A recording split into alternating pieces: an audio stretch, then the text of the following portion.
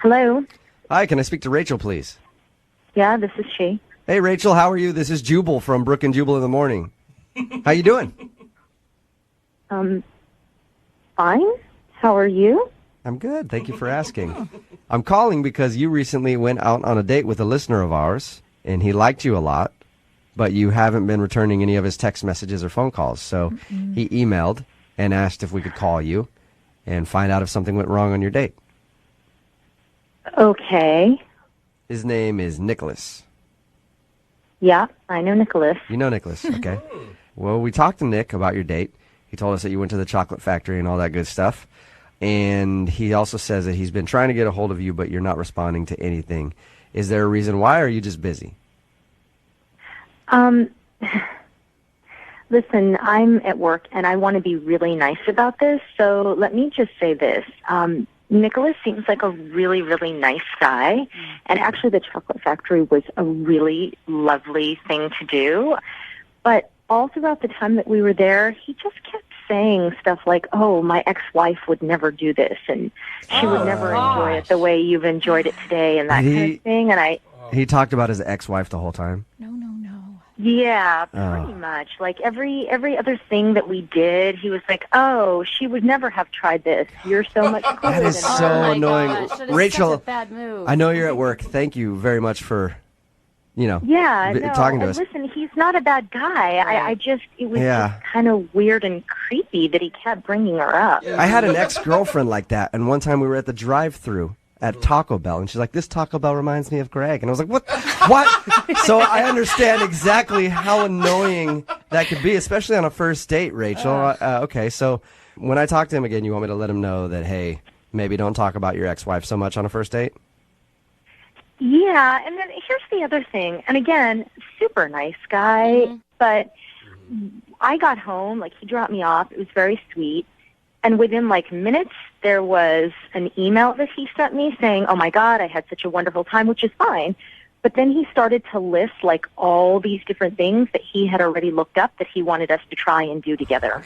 So he was already planning the second date. He planned out the next 6 months and just went totally overboard with what he sent me in the email. So he talked about his ex-wife the whole time, and then he was a little too fast on just like, hey, man, we can do this and this and this and this. All things that my ex-wife didn't want to do. We can do all that. That's what he was like? Basically, yeah. And again, I don't want him to feel like I'm trying to slight him or snub him. I just think that he needs to pull it back a little bit, not seem quite so eager. It turned me off. Rachel, nice guy, just don't want to go out with him again. Thank you, Rachel. Appreciate you being honest with us. Yeah. And thank you for being honest with him, too, because he's actually on the other line and heard everything that you just said. Are you serious? Yeah, he is serious. Yes, I am. Oh. Hi, Rachel. Hi. So you were talking about my ex-wife that much? Yeah, you really were. I'm sorry. I didn't realize I was. But honestly, she wouldn't have done any of that, and I thought it was so great. No, Nicholas, stop. You're talking... Okay, I understand what you're saying, but kind of by doing that, you're talking about her again. Maybe just explain to Rachel that you cannot talk about her in the future if Rachel wanted to give you another shot. Exactly. Yeah, no, I... Just take what he said. Look, you're really, really sweet.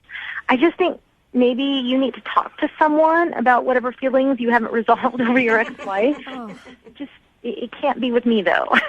Nicholas, is the divorce recent? Is that why you're still so stuck on it? It was 14 months ago. I'm not stuck on it. Okay. You moved brought on it up completely. on the first date. And you just brought it up a second ago. Yeah. I feel like, Nicholas, maybe you're not ready to be dating? It's okay.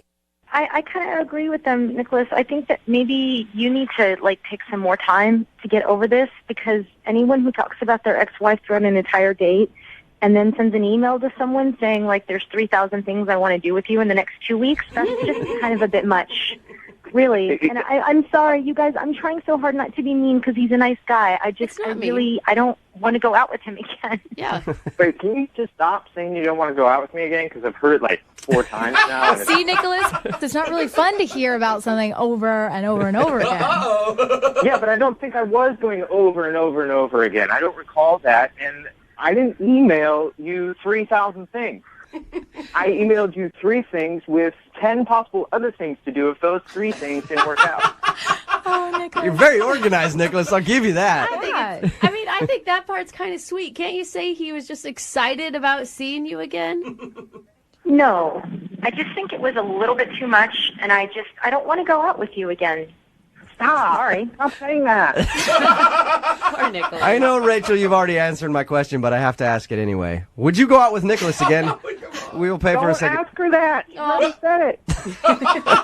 Poor Nicholas. Could try in a different language Yeah, or but something. I just wanted to make sure, Nick. Yeah, I think we've already covered the bases. I think we're all pretty sure that she doesn't want to go out. I haven't heard it from her yet, or have I not been paying attention? You,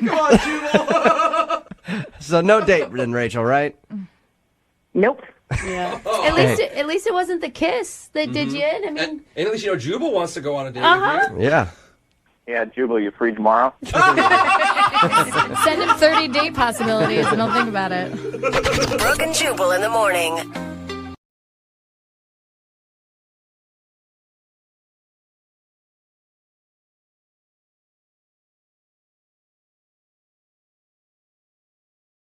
Are you single and feeling out of the loop? Put away that mouse and get out of the house. Join In the Loop, Seattle's brand new activities club just for singles. Go to intheloopsingles.com today. Moving 92.5. Brooke and Jubal in the mornings. Second date update. A great place to meet somebody is at a concert. oh yeah. Especially when you're trying to have conversation. It's like, hey, what's your name?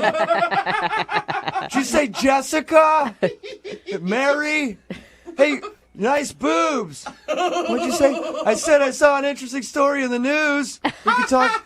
Not being able to talk to people is great. That's where Cora met the guy that she wants to call today for a second date update. They met at a concert and apparently had a conversation much like that, I'm assuming. What's up, Cora? How are you? Hi, I'm great. How are you? Good. So you met, what's his name, Todd? You met him at a concert? Yeah. About a week and a half ago, went to a concert that my friend took me to, and basically it was loud, like you said, but I kind of wasn't digging the band, so I snuck off to the back where it was a bit quieter. Uh-huh. And he was there too, and we kind of were just having a beer together and not enjoying the show together. How did the, not really, so he didn't like the show either? Weird. No, that's how we kind of started talking. Oh, and, okay. he was really nice. He was a good guy. We talked for a while. I love that. Crappy music always brings people Yeah. together. You know, that's why people love our station so much. That's true. That's what I was going to ask you. Did he come up and approach you, or so He that was standing kind of right beside me, and we just started talking. This show sucks. What do you think? Yeah, it sucks. Yeah. So he asked you, I assume, out on a date at the end of the night. Yeah. We had to get back to his friends, so he just asked me for my number and sent me a text that night. Okay, and what'd you guys do on your date? Well, that's the thing. He was texting me, and all the way up to like the day of, a few hours before, I was getting ready, and he just texted me, and he's saying that he had to push it because he was sick, so he was really apologetic, but he wanted to push it by a few days. Okay. So when did you finally end up going out? We haven't gone yet. Every day or so, he checks in with me, and he texts me, but he just says, I'm still sick. I got to wait a bit more. I haven't kicked this thing yet. He just keeps postponing it. So he keeps talking, and he's really nice about it, but I don't know what he's sick with, but... Yeah. So why do you sounds want to do a second date update now when you haven't even gone out on a date? Don't you want to wait and see if you actually get to go out with the guy? Well, it just seems weird that he's making plans for the next day, and he keeps canceling. It just seems like, I don't know what's up. It's just something strange, and I want to get to the bottom of it. Cora, do you think that he's lying to you about the sickness? I mean, something's up, but why would he keep texting me? Yeah. How long has it been going on? It's been almost 2 weeks now. And the thing is, it was so nice talking to him. He just seemed like a genuinely normal, nice guy. He wasn't even looking at the concert. He just seemed really interested. And Well, yeah, but so, also you got to think about it. He said he didn't like the concert, so there's no reason to really look at the concert. I've just been thinking about why he would keep pushing, you know? What could it be? Is he in a relationship? Is that kind of ending right now and he's waiting till it's completely over? Or is he like going through a difficult time? Yeah, the relationship thing's not necessarily a bad idea. He could be like trying to break up with somebody and it's like, oh, I'm not ready to go out yet, or I'm sick, you know. If that's the case, then he should just tell me that, or just not text me at all instead of making up an excuse over and over again of being sick. I'm like, starting to get worried for him. That's it. It is weird when you're talking to somebody and then they seem like they're really into you and they want to see you, but then they keep blowing you off. Yeah. Yeah, it feels as though I'm starting to take it personally, you know? And you haven't actually heard his voice to like hear if he's sick. You've only been texting with him. Yeah, just been texting. I feel weird phoning him after all. Like, I feel bad. We call him and he's like, oh. Or just the doctor's answer. This is Todd's phone. He's currently in a coma. Yeah. All right, well, we're going to play a song, come back, call him, and find out why he won't meet up with you. okay, thanks, guys. All right, we'll get your second date update right after this. Brooke and Jubal in the mornings. Second date update. Call now to win a $1,000 cash crate. 1-866-MOVE-IT 92.5. Moving 92.5. Brooke and Jubal in the mornings. Second date update. If you're just tuning in for the second part of the second date update, Cora is on the phone with us, and she wants to call a guy named Todd today. They met at a concert, bonded over how crappy the concert was, exchanged numbers, even planned a date, but they haven't actually gone out on a date yet because the dude keeps texting her and be like, hey, can we push it back? I'm not feeling real well. I'm under the weather. And he's done that for like 2 weeks now, so she's wondering what's going on. One of the things that she's thinking is maybe he's currently in a relationship and trying to break that off before he actually goes out with somebody else. Cora, if that happens, I want you to promise me something. Okay. So if we call him right now and a girl answers the phone and it's his fiancée, Janae, It's not Janae's fault, Jubal. I want you to promise me a cat fight. Can you do that for me? Oh my gosh. Yeah. Like if she answers, I just want you to be like, who this? Yeah. Why you messing with my man, Janae? Oh my God, I hope it doesn't happen. Can you promise me that, please? All right, you got it. All right, No, sweet. what are you doing, Cora? No, you We got say a cat no. fight You're coming an adult. up. Cat fight. You back off. Todd's mine. Everybody knows Todd's mine, Janae. Oh my gosh. All right. Cora, did he ever give you any indication that he was in a relationship, or are you just jumping to conclusions? I'm just thinking. He never gave off anything like that, but you never know nowadays. It's Janae's fault, for sure. All right, I'm going to dial the phone number right now, get him on the phone, and we'll find out what happens, okay? Okay. All right, here we go.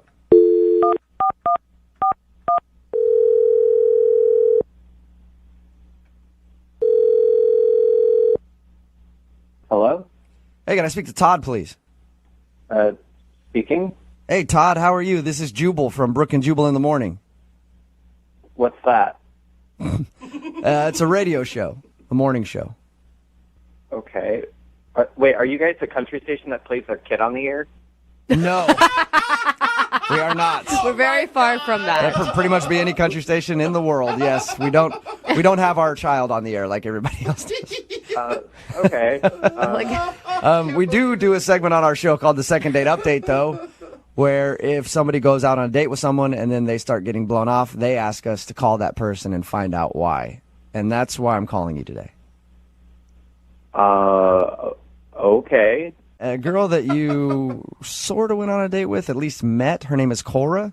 She emailed us and wanted me to see if I could get you on the phone and ask why you keep blowing her off. Oh.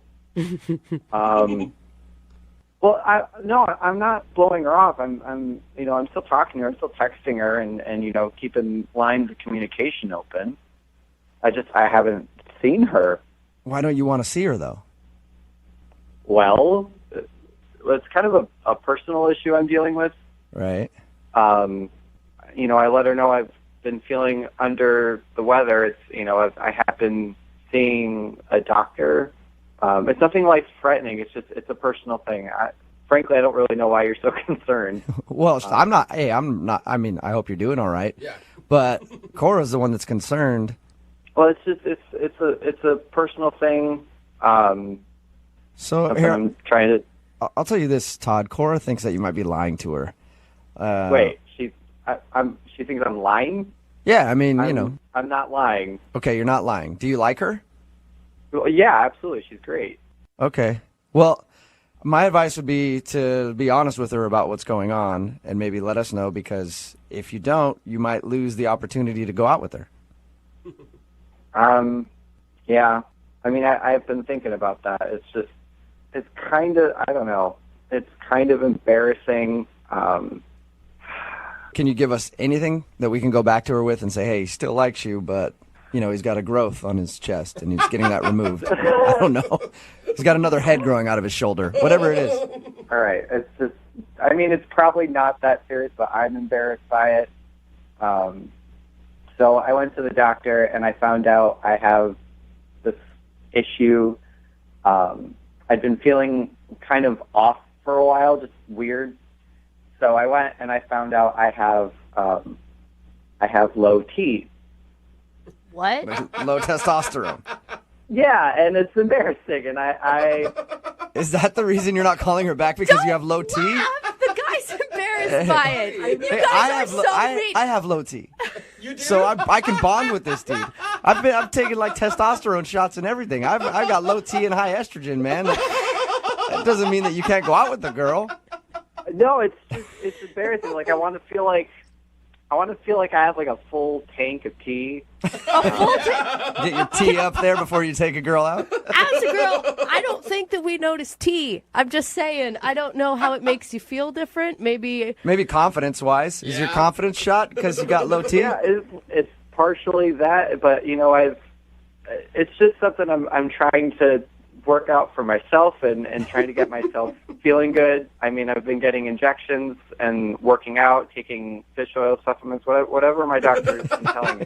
I'm just trying to get that tea up. So you're trying to get your tea to like a good level for you to feel like you can date again. I don't know. It's just weird, and I'm embarrassed by it. I want to max out my tea right now. Oh my God! Full-blown tea. I wish women had this discussion. I just don't feel like I have enough estrogen to go out with him right now. You know, I feel like it's more in your head than it actually is in your tea, or where your tea is held. You know what I mean? I feel like it's just. Well, that's the thing. Like, I don't feel like the kind of man that I want to be when I go out with her. You know, I want her to get the full me.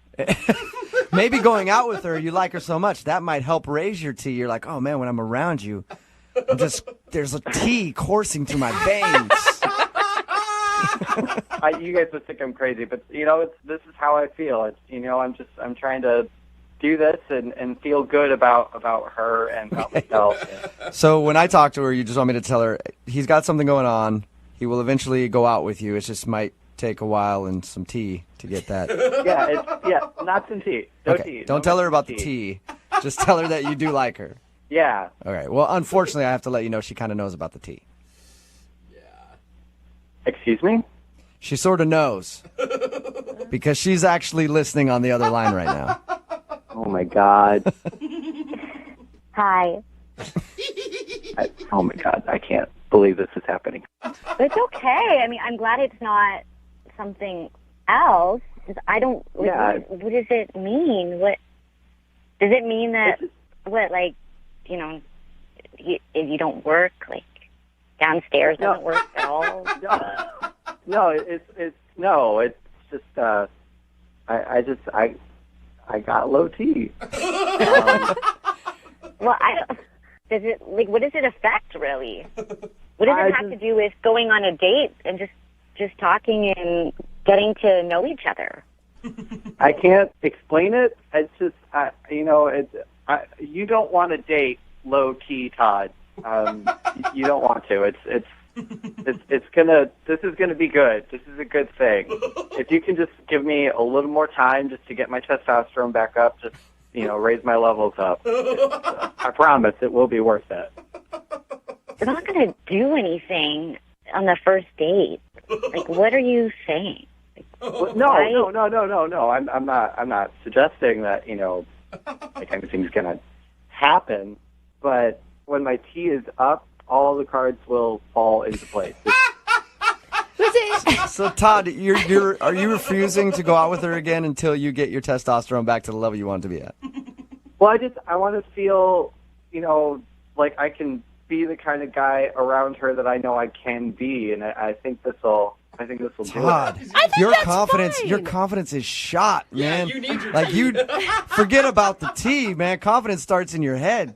I just, low T Todd just doesn't work. He's not happy. High T Todd is that, I feel like I'm gonna really be able to explore who I am with you, and Are you going to refer to yourself as low T and high T Todd, though?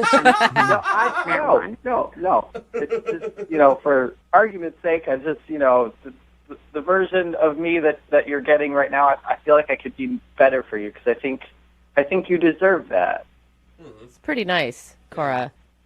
I don't really care how much T you have. Like, I think I just like you, and you don't have to really worry about that. You hear that, Todd? You don't have to impress her with your testosterone levels. And that's nice. Not a lot of women are like that. Todd, would you like to go out with Cora on a second date? We will pay for it. I'd prefer to wait a little longer, but I don't want to miss out on anything we could have. I don't want to miss out on any experience with you. Yes? So, yeah, definitely. Yes! All right, buddy. All right, Todd. Look at There you that. go. First step in getting your tea back, making a decision. That's like mental Congratulations, you guys. Cora, you got your second date. Thanks so much, guys. Yeah, no problem. Hey. I'm still going to keep working on this T level, but, yeah, I definitely want to see you, Cora. Awesome, Todd. Yes. That's great. See, your tea, I guarantee your tea is getting back up there. That shows me that you're at least like a 200 with your tea. I feel like you're his testosterone coach. Yeah, I am. Todd, Medium tea, bro. Todd, I'm going to be your testosterone mentor, okay? Brooke and Jubal in the morning.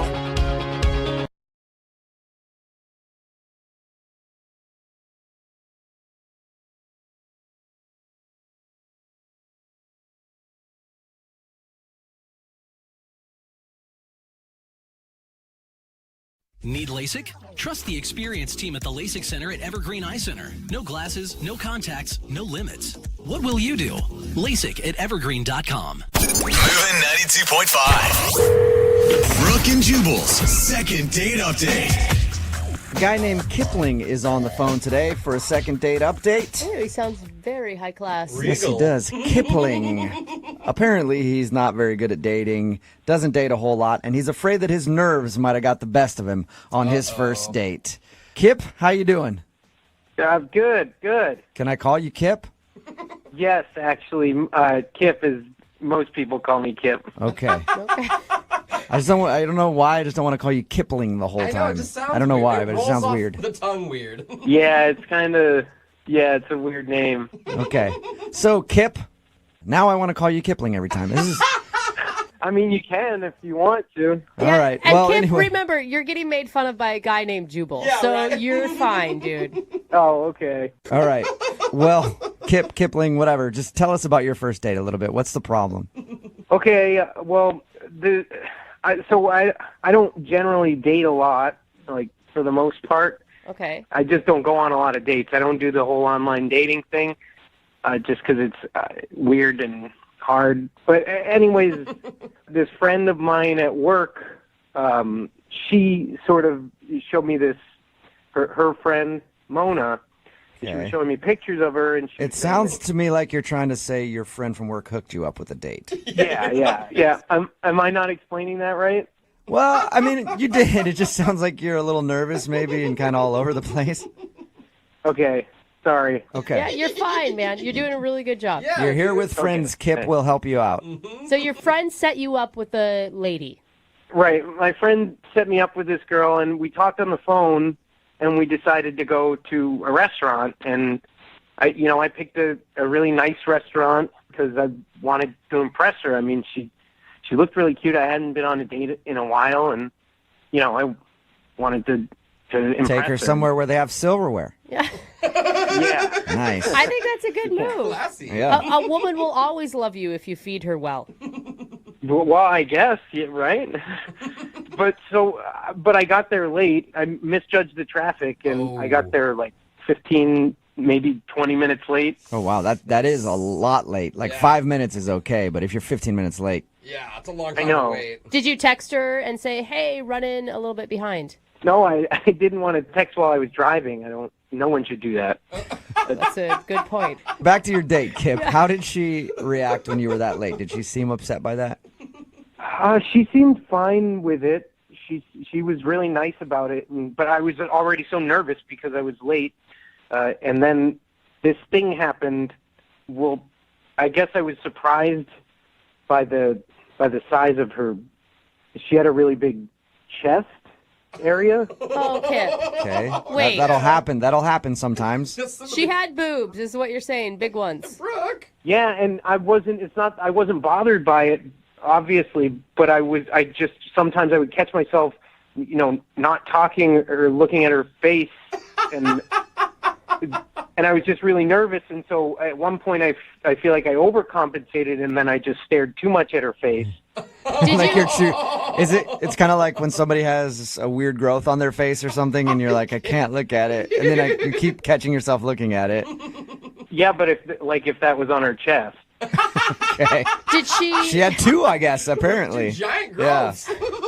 Did you actually address the problem, or did you guys not talk about? I'm serious. Like no. That she had big boobs. No. Well, I mean, I have not a huge chest, but I have a larger top half, and when somebody's staring, sometimes I'll just ask, hey, up here. Well, if you're asking me if I went online and looked at pictures of you, I haven't. What? No, I don't think she's saying that at all. I think she's saying, did it ever get brought up that you were having trouble paying attention to the conversation because of your date's boobs? Oh, no, I thought that Brooke was asking me if I'd ever seen her chest, because it's larger. No, no, she wasn't. But, hey, you can always go to the website after the second date update is done and look if you want. No. Okay. Oh, my gosh, Kip. All right. So did she make any reference to you staring at her chest or not staring at her chest? No, not that I remember. I didn't. I mean, no. Okay. So it was just something that you were self-conscious about on the date. Yeah, and then I was self-conscious that I was self-conscious about it. Yeah. So the whole time, that's all you were thinking about is don't look too long at her boobs. Oh, crap, I looked at her boobs. Oh, my gosh. Yeah. And then I was thinking about looking at her boobs, and it was just downhill for you. Did you hear a word that she said on the date? I mean, I know at one point she was talking about swimming, but I have no idea what that was about or anything. How long did you spend at dinner staring at her breasts? Well, so that was the thing. I thought that, I don't know, in my mind I thought dinner and drinks would last like 3 hours, and then we were done by like 45 minutes. So I started to panic, and I was, suggesting a bunch of activities like, do you want to go bowling? Or, I don't know, I just was suggesting these activities, and she kind of wasn't really into it. She said she had to go and meet a friend, and so, I walked her to her car, and I didn't get a chance to like try to kiss her or anything because she was getting in her car, and then I asked her if I could call her, but she was closing the door. I don't know if she heard me or not. Oh, no. So you walk her to her car, and she didn't really say much to you and close the door in your face? Because that's what it sounds like. Well, it wasn't that bad. I was just a little nervous, and so by the time I, worked up the courage to just ask if I could call her, she was closing the door. Okay. I picture her driving out of the parking lot. Like, can I call you? No? Okay. And then she squealed off. Kind of. Kip, you sound like a really nice guy talking to you, but your description of the date sounds like you acted like an awkward perv. Yes. No, I wasn't being pervy. It's just that was what was on my mind about her. And I don't date a lot, and I thought that this girl was really nice, and we kind of had a nice time. I just was hoping you guys could help me figure out like what went wrong. Okay, we can definitely do that. What we'll do is we'll play a song, come back, call her, and get your second date update, okay? Okay, thanks, guys. Okay, hang on. Moving 92.5. Brooke and Jubal in the mornings. Second date update. I can honestly say, out of all the second date updates we've ever done, the hundreds and hundreds and hundreds of second date updates, I've never wanted anybody to get a second date more than my man Kipling, who's on the phone right now to do a second date update. It's the story of an underdog. You might know him as the Kipmeister, the Kipinator, Mr. Kipplesworth. Yes. Kipling is on the phone right now. He's a great dude, but he got a little nervous on his first date because he was ambushed by a woman. with big bazooms. I don't think And she that will ambushed happen him. from time to time. Kip was not ready for it. If you were listening to the first part of the second date update, Kip explained that he has not dated very much. He went out with a girl that he met through a coworker, and when he met her at the restaurant, which he was 15 minutes late to, by the way, she actually had a very large chest, and Kip was nervous the whole time and couldn't pay attention, and he barely heard a word she said. She ended the date by just hopping in the car and leaving, and he hasn't spoken to her since. Kipling, are you ready? Yeah. I hope you can work your magic or do your thing, you know? Well, we'll see if we can do our thing here. I'm going to dial the phone over right now, okay? Okay.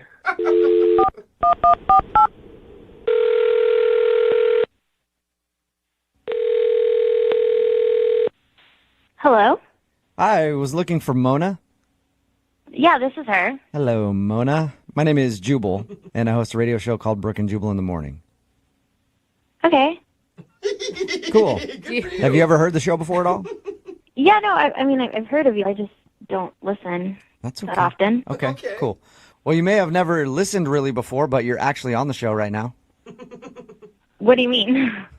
I mean that one of our listeners actually sent us an email about you. About me? Yep. Really? Yep, and they said all nice things, too. That's great. What's it about?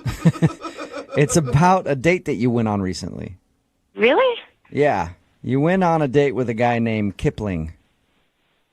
Oh, wow. Mhm. Yeah, you mean Kip? I do. Yes, I do. And he actually emailed us because he wanted us to get a hold of you. I guess you're not calling him back since your date, and he's confused. Yeah. Is there a reason why you don't want to go out with him again? I mean, he seemed like a really sweet guy, but I could just tell he was really, really nervous, like anxiously nervous, like kind of extremely awkward. On a scale of 1 to 10 and the most awkward dates you've ever been on, how was this date? A 15. I'll tell you why I ask it like that, because we actually talked to Kipling. Sounds like a nice guy, but he was also very nervous talking to us, so I can't imagine how he would be on a date. Yeah, like everything you can imagine, like times 1,000. Did it get better as you guys hung out longer? No, it only got worse. How did it get worse? Like, he showed up almost 20 minutes late Right. without letting me know. When he walked in, though, despite being 20 minutes late, were you kind of excited? Like, oh, he's cute. I mean, he was like nerdy, awkward, cute. I was like, maybe this could end well. But I'd been waiting for him to order, and the waitress came, and he gave her our menus and said we wouldn't be ordering food. We were just going to get drinks. But I'd waited all day to eat. What? It was already like after 7, and I hadn't eaten, and all we were getting was drinks. Like, we went to this nice restaurant, and we weren't even going to get food. Like, why didn't we just go to the bar? Oh, I would have been like, hell no, I'm getting food. You don't even want to see me when I'm hungry right now. We were like a few drinks in, and I started getting a little tipsy, and I finally was like, hey, man, like, I'm really hungry. Like, is it okay if we order something? And he was like, yeah, sure, I'll get an appetizer for us to split. Oh, wow. So then he decides to get calamari, which is fine. It was great. Yeah. And I was eating, and he could tell that I was uncomfortable. So then he says, can I ask you a question? And, of course, I said, sure. And he asked me if I'm having a good time because my face doesn't look like I'm having a good time. Your face doesn't look like you're having fun. What'd you say to that? I just smiled and put more calamari in my mouth. Come on, you were, though, probably showing some pain on your face at this point. I think at that point, a few drinks in, no food in my stomach, I couldn't hide a thing. All right. Yeah. So it was just a very awkward time for you. It was extremely awkward. All right. You know what else is going to be awkward? What? He's actually on the other line listening and wants to talk to you right now. Wait, what? Yep. Kip, where you at? Hi, Mona. Oh, no. Hi, Kip. Hi. Oh, Kip.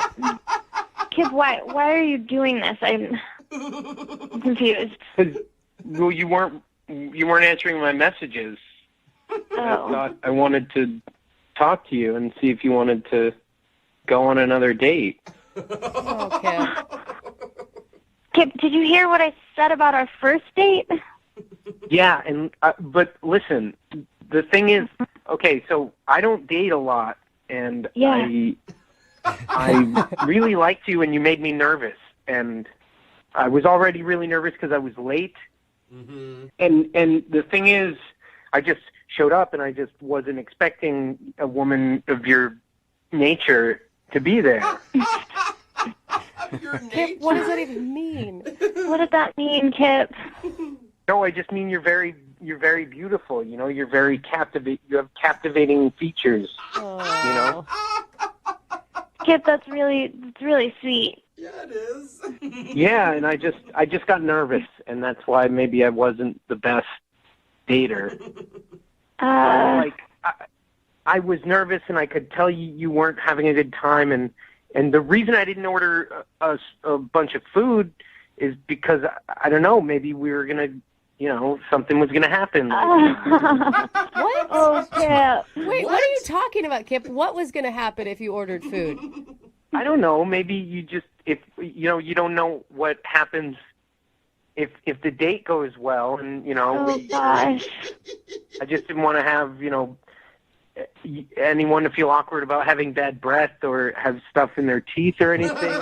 So wait, You mean like if planning? you guys are going to kiss or something at the end there? Yeah. Okay. Oh, I thought he was planning a lot more than that. Yeah, Sorry. me Okay. too, but I'm not really giving Kip that much credit. I was like, damn, son, slow down. No. I just meant kissing. Like, we might kiss if it went well. It's a date. It's how would, Okay. Kip, I get being nervous, like going on dates and stuff, but you probably don't want to ask if they're having a good time because their face doesn't look happy. Kind of a turnoff.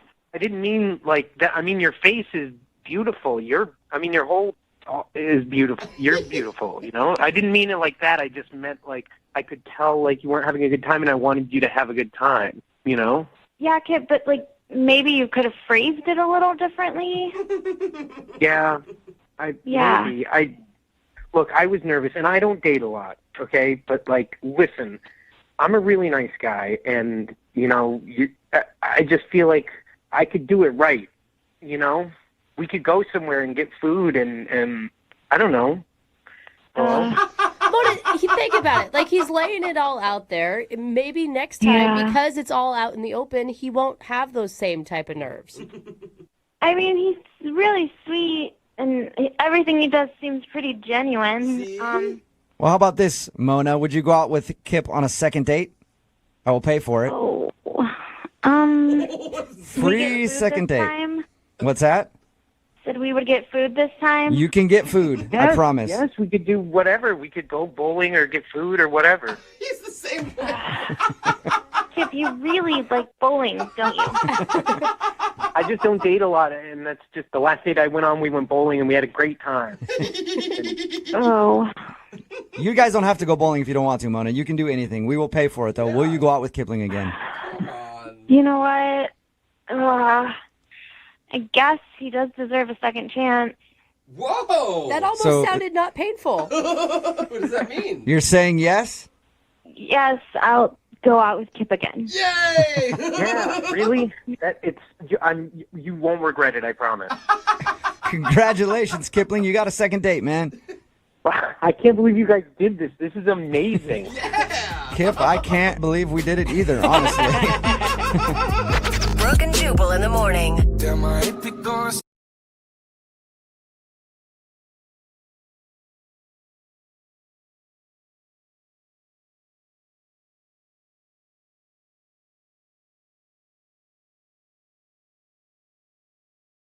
Moving 92.5. Brooke and Jubal's second date update. Today's second date update involves a group pickup. A group of guys picked up on a group of girls. Okay. And now none of them are getting a call back, and they're all on the line right now. All 8 of them. We can't do it. Are It's on too the phone. confusing. They're all punched up. We're going to talk to the whole group. No. Actually, it's just Jake who was in that group that picked up a bunch of girls, and he's not getting a call back from the girl that he liked. What's up, Jake? How are you? Hey, how you doing? Good. Are you the only one out of this group pickup not getting a call back, by the way?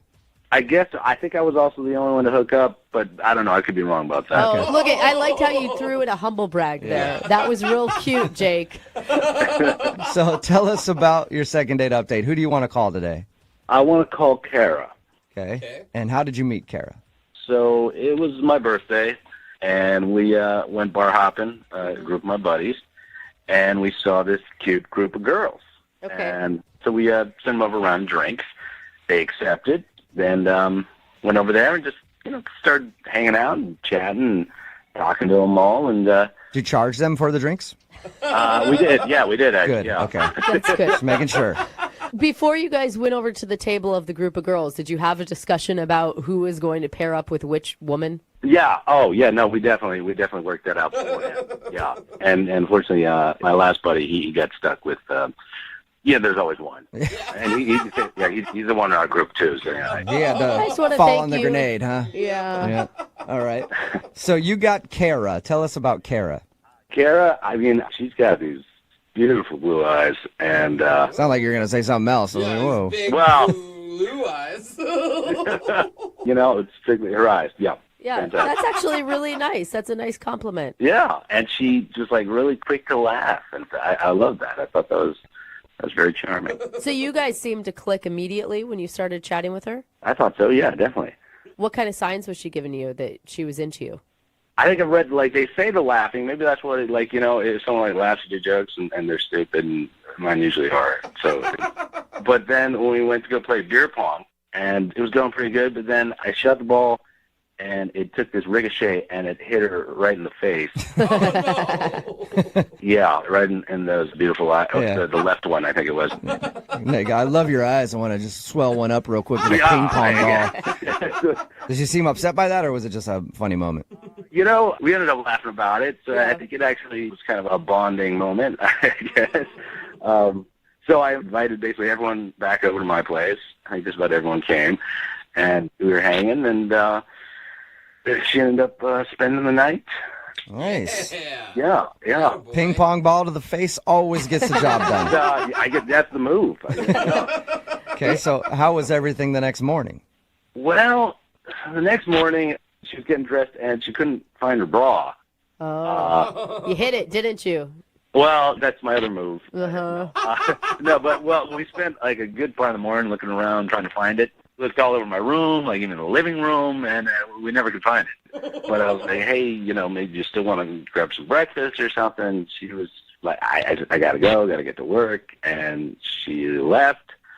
So it was a little weird. But I ended up finding the bra a little later that day, and I called her, left her a message, and sent her a text, got your bra. Love to see ya. Did you send her a picture of you wearing the bra? That was going to be my next. You should have. Yeah.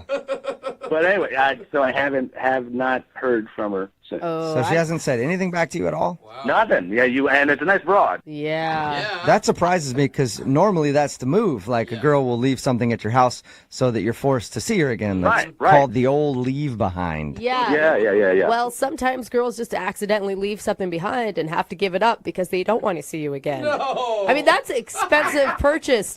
She must really not want to talk to you. Yeah, you messed up. I hope not. I thought we were having a great time. I thought we had a great time.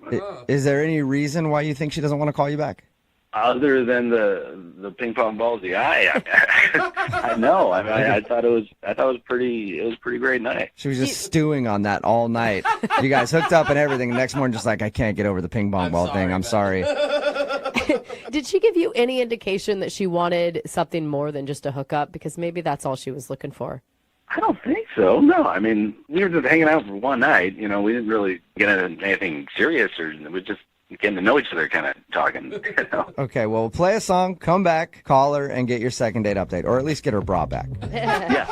Thank you. Really appreciate it. Hang on. Moving 92.5. Brooke and Jubal in the mornings. Second date update. Regardless of what happens in today's second date update, it is a success in my book. Why's that? Because Jake is on the phone, and no matter what happens, Jake at least has himself a brand new bra. Ooh. I can picture him in his apartment just strutting around, looking in the mirror at that fabulous new item that he has. Yeah. Getting ready to go out for a night with the boys with his brand new Vicky's Secret bra on. Looking like $1 million. Jake, are you sure you want to do this second date update, man? I would keep the bra if I were you. It is a nice bra, but Yeah. It is amazing what some sexy undergarments will do for your self-confidence when out on the town. I feel 75% more confident. Yeah. Sexy bra will do that. If you're just tuning in for the second date update, Jake is on the phone. He met a girl named Kara when they were out at the bar with a bunch of friends. They all kind of met up and hung out. He ended up hooking up with her, and she left her bra at his place. He's been trying to call her to give the bra back and maybe get a second date, but she's ignored him, which is very rare because normally when a girl leaves a bra behind or something like that, it's in hopes that you'll call her, so you have to see her again to meet up to at least give the bra back and maybe get another date out of it. All right, man, I'm going to dial the phone number right now and call her. Are you ready? Okay. Yeah. And how are you going to feel if it turns out she just wanted to hook up? I'd be very disappointed, actually. I mean, because I thought we really had there was a real spark there, you know. I thought there was a real connection. All right, well, give her a call and see what happened, okay? Okay. Kara there? Yeah, this is her. Hey, Kara, how are you? This is Jubal from Brooke and Jubal in the Morning. I'm good. Sorry, you mean like the radio guy? Yes, that is exactly what I mean. What's up? Why are you, what? Well, I'm calling you because somebody emailed the show about you. What? Yeah, it's a guy that you met recently named Jake. I don't understand. Why is he calling you guys? Well, because you guys recently hung out, and he's been trying to get a hold of you because he would love a second date, but you haven't been returning any of his phone calls or text messages. So he asked if we could get you on the phone and find out if you don't like Jake. Oh, wow, okay. This is awkward. Do you like Jake? I am not super interested in him. I'm sorry. Okay. Is there a reason why? You know, he's very nice. I'm just guess he's just not my type, I guess. You're avoiding him big time, right? Did he tell you that? I'm confused. He said that he has your bra, and I just know that if I leave a bra at a guy's house and I don't go back for it, it means I really don't want to see him because that is a big loss. God. Okay. Yeah. He told us all about the night you guys hung out. He said you met at a bar, went back to his place, had some fun. You woke up early, said you had to go to work, and then just walked out of his life and left your bra behind. Sounds like a rom-com. He's been trying to get a hold of you, and he wants to know why you're not returning any of his phone calls. Oh, God, this is so weird. You don't need to feel bad about it. I mean, if you just needed to get yours one night, nobody's judging. Yeah. I've lost some nice jewelry in the same type of situations before. No, I mean, I wasn't even really that interested in him like that night. Wow. You sure have an interesting way of showing it. Nice. The truth comes out. What do you mean you weren't interested in him? I just, things sort of just like spiraled out of control. Like one of my girlfriends had a thing for one of his friends, and she just kind of like begged me to be like a wing woman for her and like to keep Jake entertained, and I did, basically so my friend could hook up with his friend. But then everyone's at Jake's place, and he's like saying it's his birthday, and I feel bad because it's like, do I give you a present? And I just sort of like stuck around. So. Well, are you saying that you did it because it's his birthday? I'm saying that's probably one of the reasons that I did it, but I'm not proud of it. And he's super nice. He's so nice, but just not my type. Not the kind of guy that I'm gonna hang out more with. He'll be happy to know that was a very nice birthday present he got. Yeah, and literally my friend kept like begging me, like every 15 minutes. I was like, I think I'm gonna go, and she's like, please just stay a little bit longer. So I stayed longer. Yeah, you did. All right. Well, you are a very good wing woman. I want to kick it with your group of friends. Yeah, I'm the best wing woman ever. I should also let you know that Jake is actually on the other line listening and wants to talk to you. Shut up. He's not on the line. Yes, he is. Yeah, I am on the line, Kara. I'm right here. You're on the line. God. I can't believe this. I mean, what am I? Was I the second, third, or like fourth? Like, was I your choice at all? Like, I don't understand. I can't believe it. It's so not even about you, and this is super weird that you have me on the radio right now. Well, I think it's kind of about me. I was there too. It was my birthday. I mean, yeah, that's why I stayed with you. God. I mean, this is so crazy to me. I mean, you didn't want to be with me. You just did that for my birthday. Yeah, I mean, I'm sorry. It's just like in real life, you're not my type. It just would never work. Well, what's your type then? I guess I'm more attracted to people like guys who are have a lot of intelligence and. Oh, Kara! I don't know if you meant that to sound the way it did, but That was bad. yeah, that sounded really rude, Kara. No, we had a good conversation, but it was very surfacey. I just could tell that there wasn't very much behind it. We're in a bar. It was, were you on philosophy and stuff, or I don't know, science or something? We were playing beer pong. We're not discussing, politics or the Middle East. We're just having fun. I don't know what to tell you. You're just not my type. I mean, you had a good birthday, so just be good with it. Just be at peace with the fact that your birthday was a success. Yes. And by the way, actually, since I have you on the phone, if I could get my bra back, that would be awesome. Hey, speaking of that, would you guys like to go on a second date? Kara, we'll pay for it. It'd be a perfect opportunity for you to get your bra back. Will you go on a second date with Jake? I would rather not go on the date, but I would like to get my bra back if that is an option. Is there a way for her to get the bra back without a date, Jake? I mean, I can leave it, I guess, in front of my house or so. I don't know. You can mail it, Jake. Mail is always a really good option when these type of situations arise. All right. I mean, Kara, you can text me your address later. I can send it to you. I'll text you my work address. Oh, awesome. Well, thanks a lot, you guys. Kara, good luck getting your bra back. Thanks. Jake, I told you should have kept the bra and just been happy with it. I guess so. Yeah. Maybe put your underwear in the package that you send to her work. That might help.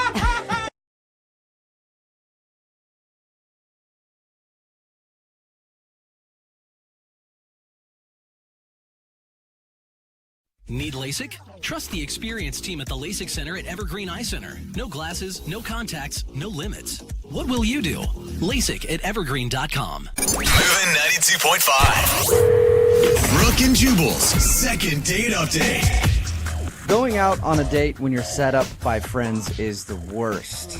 Because there's the pressure of being on the first date. Yeah. And then there's the pressure of screwing things up and making your friend angry. And Charles emailed us about a girl he wants to call today that was set up by one of his friends. Now, not only is that girl not talking to him, but his friend isn't even talking to him either. Whoa, Charles. So Charles obviously screwed up something on his date, and he wants to figure out what it was. Charles, how are you? Hey, good, man. How are you? I'm excited to be on your show. He's like, good. I'm loveless. I'm friendless. Yeah. I'm cool. Yeah. Sounds like you killed it on your first date, man. I killed something. I don't know what. Well, why don't you tell us a little bit about it? What was the girl's name that you went out with? Her name is Rebecca. Rebecca. Okay. And Rebecca was set up by a friend of yours? Yeah, a coworker friend of mine. And Rebecca is a friend of hers who just moved to town. And why did your friend think that Rebecca would be a good fit for you? Well, I don't date a lot, and my coworker knew this, but I would like to date more. I would like to have a girlfriend one day, and so I think my coworker was just trying to help me out, help her friend Rebecca out, who's new to town, and somebody could show her around. So she's like, you don't date a lot. This girl's new to town. She clearly has nobody else to hang out with. So this could be a good opportunity for you, Charles. Something like that. And what did you and Rebecca do on your date? We went to the park. Well, at first I will admit I kind of Facebook stalked her a little bit. I think that is totally okay. That's normal. Yeah. Yeah. Okay. Good. And I saw her picture, and she was super cute, and I was almost like I'm second guessing myself now. I'm like, is she too cute for me? But I set up the date. We did it on a weekend, like a day date. I'm not the kind of guy that wants to go to a bar and get smashed or whatever. Yeah. Okay. So you're boring. So you're a real boring dude, Charles. No wonder you don't date. No, I'm kidding. I mean, that sounds actually refreshing, Charles, to not have the pressure of a night date. Yeah, I'm not the kind of guy that's going to like go to a bar and get drunk. I mean, it's just like kind of not who you are, and you know, it's kind of like lowering people's inhibitions. It's like almost like kind of like tricking a girl to go with you because she smashed. And, Yeah. See, what you described to me is my fantasy. I love it. That's a great date to me, but apparently not for you. No, not for me personally. I understand why, though. I mean, plus it's also not as safe at nighttime. You know, it's dark and. Where are you hanging out? In like back alleys at night? No, I don't know. That's when crime goes up at night. Yeah. Oh, Hey, okay. I understand. Well, that's true. Scary world out there. All right. So anyway, you took her on a daytime date to the park during the day because the nighttime is too scary. Yeah. So we went on a drive. We went to the park. I'm like kind of a nature-loving guy. Cool. I was hoping she would be too. So, we went. I brought a blanket. We went for a walk. I brought a frisbee. It was fun. Oh, Well, define nature loving. Like you enjoy nature or you actually like love Make love. nature. I try to refrain from going loving it that much. Okay. Well, if that happened on your first date, I could see why you're not getting a call back Yeah, and you why know your the coworker would stop talking to you. Like, No. okay. I did not do that on the date. Okay. Okay, so how was it? How was the conversation? Was it easy? Yeah, I thought it was great. We were laughing. We were talking. I mean, whatever you would want a date to go well. Yeah. This was it, I thought. Is there anything in your mind that could have gone wrong? I mean, again, like I said, I'm second-guessing myself. So, after the date, I drove her home. I wanted to be a gentleman, so I'm not going to go for a kiss or anything. But I was like, we got to her place, and I was like, hold on, don't get out of the car. And I like ran around and opened the door for her. Nice Okay. move, bro. Yeah, that's nice. Yeah, I thought so, but I don't know if maybe people don't do that anymore, or she thought it was weird. I don't know. Maybe that was nothing. We've done second date updates before where a girl has been like, he's obviously a chauvinist because he feels like he has to open my door. Yeah. Remember that one? I can do my own. Yeah, but that was one person. I mean, the majority of people don't feel that way. How did you tell her to stay in the car? Maybe that weirded her out. Maybe you pulled up and you were like, stay in the car. I didn't use that exact voice. All right. Okay, but here's the thing, Charles. You have two women who are not speaking to you right now because of Right. something you did, and you literally can't think of anything other than I opened her car door. It sounds like a great date. No, I said, hey, could I call you again? She was like, sure. Wow. And I've called a couple times. It's been like 10 days. The only thing I got back was a text that said I'm busy, and that's it. And that's it. And then the coworker stopped talking to me. Weird. Oh. Do you work directly with this coworker, so you have to see him all the time, or is it just somebody casually in your office? It's a she, and I see her all the time. Like, I'll literally go in the break room, and she'll leave. Whoa. Man.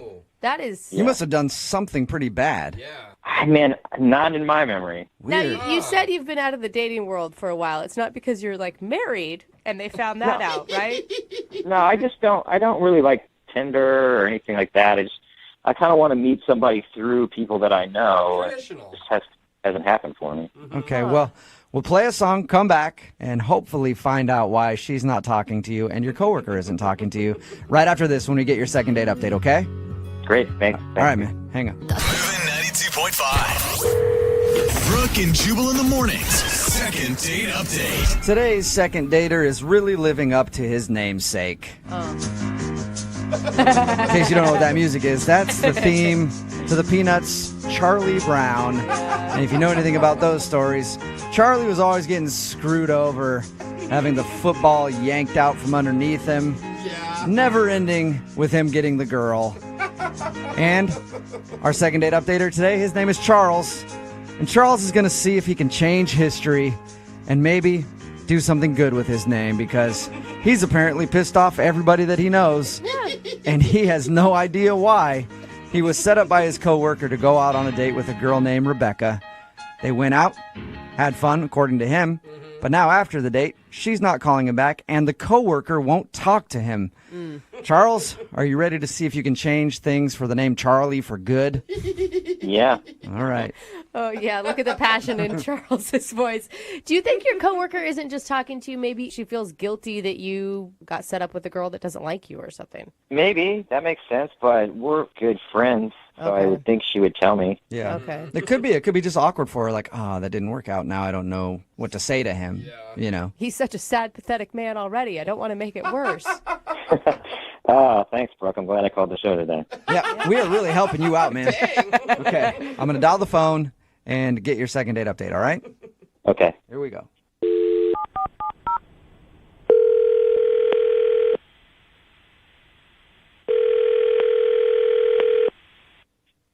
Hello? Hi, I was looking for Rebecca. This is Rebecca. Hey, Rebecca, how are you? My name is Jubal, and I host a morning radio show called Brooke and Jubal in the Morning. Okay. Hi. Hi. Do you have a few minutes to talk? What is this about? My name is Jubal. Jubal? Jubal, yes. And I host a morning radio show called Brooke and Jubal in the Morning. It's on in the morning, if you can't tell. I've said it like 4 times now. Okay. Sorry, I'm new to town. I don't really know any radio shows or anything. Yeah, I've heard that you're new in town. Welcome. That sounded creepy. It's like we're the welcome committee suddenly. How do you know I'm new? I know a lot about you, Rebecca. Oh, that's normal. How do you know a lot about me? I'll explain. We do a segment on our show called the Second Date Update. So even though you're new in town, you went out on a date recently with one of our listeners, and he emailed us to see if we could find out what happened on your date and why you don't want to go out with him again. I'm assuming you're talking about Charles? Yes, I am. Unless you've been on a bunch of dates. I don't know. No, just one. I haven't had time, really. Okay. Well, Charles is wondering why you don't want to go out with him again. He says he's tried to text you, and you said you were busy, and then now you just stopped responding. Yeah. Well, I am busy. I'm getting set up and situated, and this is just weird. I understand that. I mean, I don't have many friends in town, and it's just like talking to a radio station. Well, hey, we're your new friends now. You don't need any other friends. We're the best friends you never wanted. Wow. Okay. Well, then that's good. Did you like your date with Charles? Was it fun? It was something. There was a date. Was it cool? Was it just maybe a little boring? I mean, it wasn't the most exciting date I've ever been on. I mean, would you mind telling us about the date in your own words? Because we actually talked to Charles about your date. He said that you guys went to the park and had a lot of fun, so he's confused. I mean, he's nice and all, but I don't know. I got a really creepy vibe from him. Creepy? Whoa. Yeah. We talked to him. I did not get a creepy vibe from him over the phone. Yeah. Well, neither did I at first, but then something happened. What happened? Whoa. Well, when we went up to play Frisbee, he left his phone on the blanket, and I noticed his screensaver was of my friend who set us up. Wait. Whoa. The background on his phone was a picture of your friend. Yeah. Okay, but I mean, he said they were really good friends. Was it like a picture of him and her? Yeah. No, it's like a candid shot. Like, she didn't even know it was taken. It's weird. Whoa, wait a minute. So it looks like he just took a picture of your friend, his coworker, and saved it as the wallpaper on his phone? Yeah. Yeah. Did you ask him about it? I did. I mentioned it. I was like, oh, this happened. He's like, yeah. And then he started talking about her and how close they are, but I know from her that they're not that close. So that was creepers number 1. Yeah. And is there number 2? Because that's creepy enough for me. I don't know. I feel like we're jumping to conclusions. Well, he started gushing about her and just saying how amazing she was and talking about, had it been a different time, who knows what would have happened between them. It was so, awkward. So on your first date with him, he's talking about how much he loves your friend, basically? Yeah. Whoa. And when you talked to your friend, she had no idea that Charles has a crush on her. No, she had no idea. She said that they talk, but it's never anything deep. Whoa. So, and then I told her that he had the picture on his phone, and she was like, what? That explains a lot, Rebecca, because not only have you not been talking to Charles, neither has his coworker. Yeah. Well, yeah. I mean, she's like creeped out now, and she was like, the first day back at the office, she tried to avoid him. Like, Yeah, he told us that. I feel bad for him. You feel bad for him. It sounds like he took a candid picture of some girl and put it as a screensaver on his phone. That's creepy behavior. He doesn't have very good social etiquette, but he obviously has a crush on someone that's not you. So if somebody has a crush on somebody, they can take a picture of them? No, All right, well, how about this, Rebecca? I do have to let you know that Charles is actually on the other line listening and wants to talk to you. are you serious? Yes, I am. Charles, you there? God. Yeah. I need to explain myself. Yeah, I think you do, Charles. Catherine and I are just friends, and I told you that on the date. Yeah, well, I don't have a screensaver of my coworker on my phone. It's not unusual to have pictures of your friends on your phone. Yeah, but as a screensaver, that's kind of strange.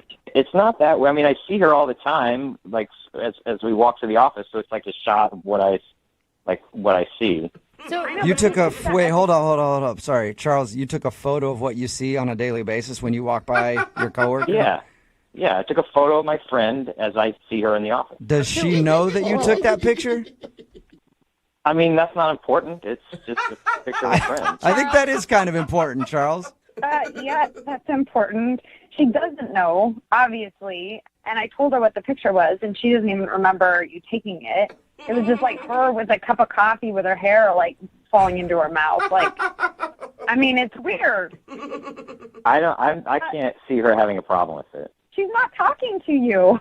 I mean, it's obviously kind of creepy. I mean, I don't think he's meaning to be creepy. I just think, Charles, you obviously have a crush on your coworker. No, I don't. We're just friends. You said at another time that you guys might have been together. Had things worked out differently, that you would be together. So it's not another time. It's this time. It's this time now, and we're just friends. I mean, in another time, I could have been with Angelina Jolie. I'm speculating. Okay, well, no matter what, it's totally inappropriate on a first date to talk about how in love you are with somebody else when it's supposed to be about me. You know, I mean, that's just weird. I'm not talking about how I was in love with her. I said that we could have been in love, but we're just friends. Charles, you shouldn't bring up love in another woman's name like that unless it's your mom on a first date. I was just talking about how much I adored Catherine, her friend, which I think she would appreciate. Okay, you were talking about her hair, how shiny it was. You were talking about how strong she is, the yoga she does. I mean, you went off about it. It was not like a normal friend conversation. It was like you had studied every inch of her, which is weird. She set us up. She knows me. Not when I'm talking to her. She says that she doesn't know you that well. She said you're just coworkers. I can't believe you even told her all that I talked about her and then I have a picture on my phone. That was a conversation with you, not her. Okay, well, she's my friend, and if somebody has a creepy picture of someone on their phone, I'm going to tell her. She's my friend. I told you that in like confidence. creepers. I told you that in confidence. Hey, Charles, if you're not okay, if your picture isn't creepy, why did you have to tell her in confidence?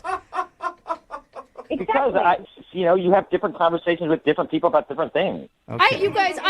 Charles, I feel bad for you right now. You're learning a lot of stuff about yourself. I don't feel like you're creepy. Maybe you just need to admit that you did some things that were wrong according to social norms. I don't think it's wrong to have a picture of your friend. Hey, Rebecca, would you like a second date with Charles? We will pay for it. No. No? Oh, Charles. No. I don't think so. Charles, you need to confess your love to your coworker friend. I told you guys, I'm not in love with her. She's just my friend. She happens to be like cool and awesome and pretty, and like I like her a lot, but that doesn't mean we're anything more than friends. We're just friends. Okay, all right, we got it, Charles. Rebecca, thank you for answering the phone, and welcome to town. Brooke and Jubal in the morning. Text in at 78592 says, that girl sounds super insecure. I don't know if it's that or if she's correct and that the dude she went out with has a crush on his coworker.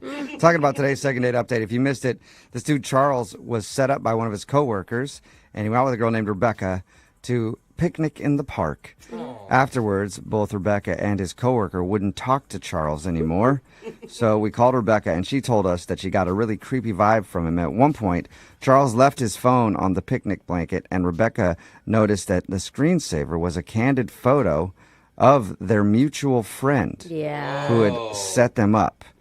He had just taken a random photo of her and was using her as the background on his phone. Charles didn't deny the photo, but he insisted that they were just friends. And after that, he went on to praise his coworker for being cool, pretty, and awesome, and said that they could have been in love, but they weren't because they're just coworkers. But it sounds like he's in love with her. I don't think he's very self-aware. No. Yeah. In the end, no second date update. Remember, if you want to do a second date update, just email the show, and we will call the person who didn't call you back. Moving 92.5. It's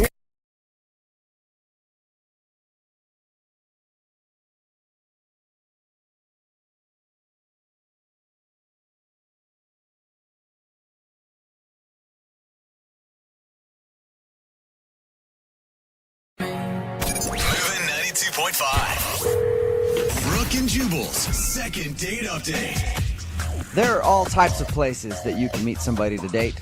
Online, apps on your phone. Right. Or sometimes while you're out on a date with somebody else. What? Yeah. No. I mean, That's- I thought you were going to just say in person. That's where Abby met the guy she wants to call today for a second date update. Apparently, she met him while she was out on a date with another dude. No. What's up, Abby? Hey, how are you? Well, pretty good. Hello, man eater. My God. I'm not. It sounds so much cooler than I am. Well, that's what your email said. You said you met... What's the guy's name you want to call today? His name is Connor. Connor. It says you met Connor while you were out with another guy. How'd that work? What? Okay, so I met this guy on Tinder, not Connor. The other guy. I went out on a date with this Tinder guy. Yeah. First red flag is he had me meet him at a bar that was like 30 minutes away from my place, and it was like super close to his. He wasn't like considerate at all with that. Okay, and you felt like he was looking for a hookup, this Tinder guy. A little bit, absolutely, yeah. Like, why would he want to go to a bar that was super close to his place? Right.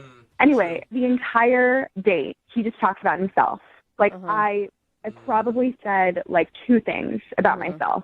Okay, so he was kind of a D-bag. Totally, and he was just so into himself, and like he would interrupt me constantly, and I couldn't even get a word in edgewise. And he was like super loud, incredibly rude, mean to the wait staff. Like he would like snap at them.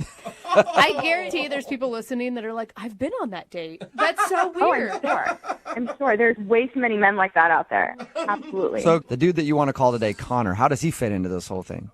So in the middle of him talking, Tinder guy gets up, and he's like, man, I've got to go piss. I've got to go open the floodgates. Oh, classy. It's good. I'll be right back. I think it's a really, really classy move. No one says that. Oh, anyways, Tinder guy goes to the bathroom, and there's this table next to me, and there's this really cute guy sitting there. And he leans over to me, and he was like, sorry, I don't mean to interrupt, but I have to ask if that's a first date. Oh, my God. So people were actually eavesdropping on your date. That's how bad it was. Well, he was so loud. I'm sure they could hear everything about him. Oh, and I love going to restaurants and over-listening on people's Tinder dates. You can always tell when they're a train wreck. It was so obvious. It was really embarrassing. So you obviously said yes to this guy. I did, and Connor was so sweet. He was like, you seem way too nice of a girl to be on a date with him. He seems like a total, douchebag. And he offers to pretend to be my brother, and he offers to, come in to the bar and, interrupt our date and say that it's, an emergency and he wants to take me away. What? That's nice of him. He offers to do that. That is a modern-day knight in shining armor right there. Total knight in shining armor. Absolutely. I said, no, that's not necessary. And I was just like, why don't we just leave together, you and I, and go, somewhere else? Whoa. Nice. So you were going to skip that piece and Screw just the game. ditch him while he was in the bathroom. It worked out in Connor's favor. Yeah, he's like, whoa. Yeah, Connor sounded like he was really surprised with me saying that, but, he agreed to do it. Awesome. Hey, well, you were still on a date. You probably wanted to go on a date with somebody at least and finish it all up. Totally. I shaved my legs. I, done my hair. I had to. Yeah, don't waste your pretty. So where'd you guys go? We literally went to a bar right down the street. Like, it was very possible that Tinder guy could have totally, like, seen us. Sounds like he's so stupid he wouldn't even got it, though. Like, whoa, are you the chick I was just talking to? You look just like Yeah. her.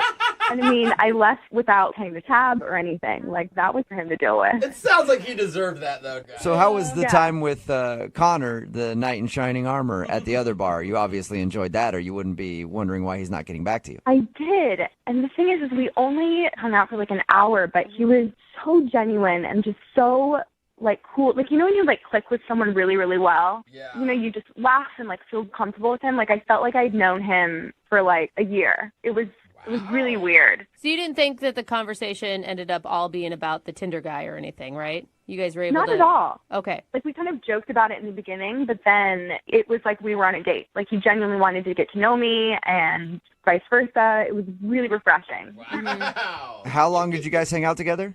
Only an hour. An and hour. then I asked if, you know, we could, like, hang out a bit later, but he said he had plans. So he gave me his number. But, like, in the back of my mind, I was thinking planned at 10 o'clock at night. You know, did he have, like, a girlfriend, or was there something going on? Like, I don't know. I don't know who I hang out with at 10 o'clock at night. Yeah, but maybe he had another date planned. He didn't expect a date to just happen while he was out You guys both got earlier, a date you with a know. date. I mean, yeah, I guess I didn't even think about that. So you never established with him, like, you never asked specifically, are you single? Well, no, I just kind of, like, assumed. Right. Like, I don't think a guy in a relationship would offer to do that. You better I don't not. know. Well, they could. I mean, it's happened on many occasions. Yeah, why not? I mean, you could. Yeah, I mean, I'm not going to lie, I could actually see my husband doing it. Shut up. Yeah, and, Really? like, being kind of an idiot, thinking that he was just helping and not realizing that it was flirting. coming off as hitting on someone. Yeah, but it really did seem like he was really into me and, like, flirting. Like, he was touching my arm and stuff. Like, I don't know where he would have thought that wouldn't come across as him being interested. okay. And how many times have you tried to get a hold of him since you guys hung out? I didn't want to, like, come off too crazy, so I've just texted him, like, a couple times, you know, ever since. Okay, and And nothing. he hasn't responded. Okay, well, we'll play a song, come back, call him and get your second date update and find out why he's not getting back to you, okay? Oh, I'm so nervous. Okay. All right, hang on. Moving 92.5. Brooke and Jubal in the mornings. Second date update. If you're just joining us for today's second date update, Abby is on the phone, and today she wants to call a guy named Connor. She met Connor in a pretty unconventional way. She was actually out on a date with another dude who sounds like a huge douche. Yeah, totally. I guess he was just like talking about himself the whole time and was loud and obnoxious and rude in the bar. And when he got up to go to the bathroom, Connor, the dude that we're about to call, leaned over to Abby and was like, "Hey, is this the first date? It sounds terrible. Do you want me to pretend to be your brother and come in and tell him that there's an emergency and you leave with me?" And she was like, "No, let's just leave now and go on a date." So they went right from there and hung out for about an hour. And she really liked Connor, but now he's not getting back to her. Abby, are you ready to call him? I am. I just would be, like, really heartbroken if he did have a girlfriend, because he just seemed so genuine. Yeah, but think of it this way. That's way better than him saying something awful about you. Yeah. Totally. Yeah. So I'm just saying you could be more heartbroken here in a second. Oh, great. Thank you. Yeah. Yeah, Just, look- I want you to prepare for every angle. Look forward to that. Well, thanks a lot, guys. Yeah. No problem. We're always very supportive Let you when know. doing these second date updates. All right, I'm going to dial him right now, get him on the phone, and see if we can find out why he's not getting back to you, okay? Oh, man. I'm really nervous. Here we go. Do it. Here we go.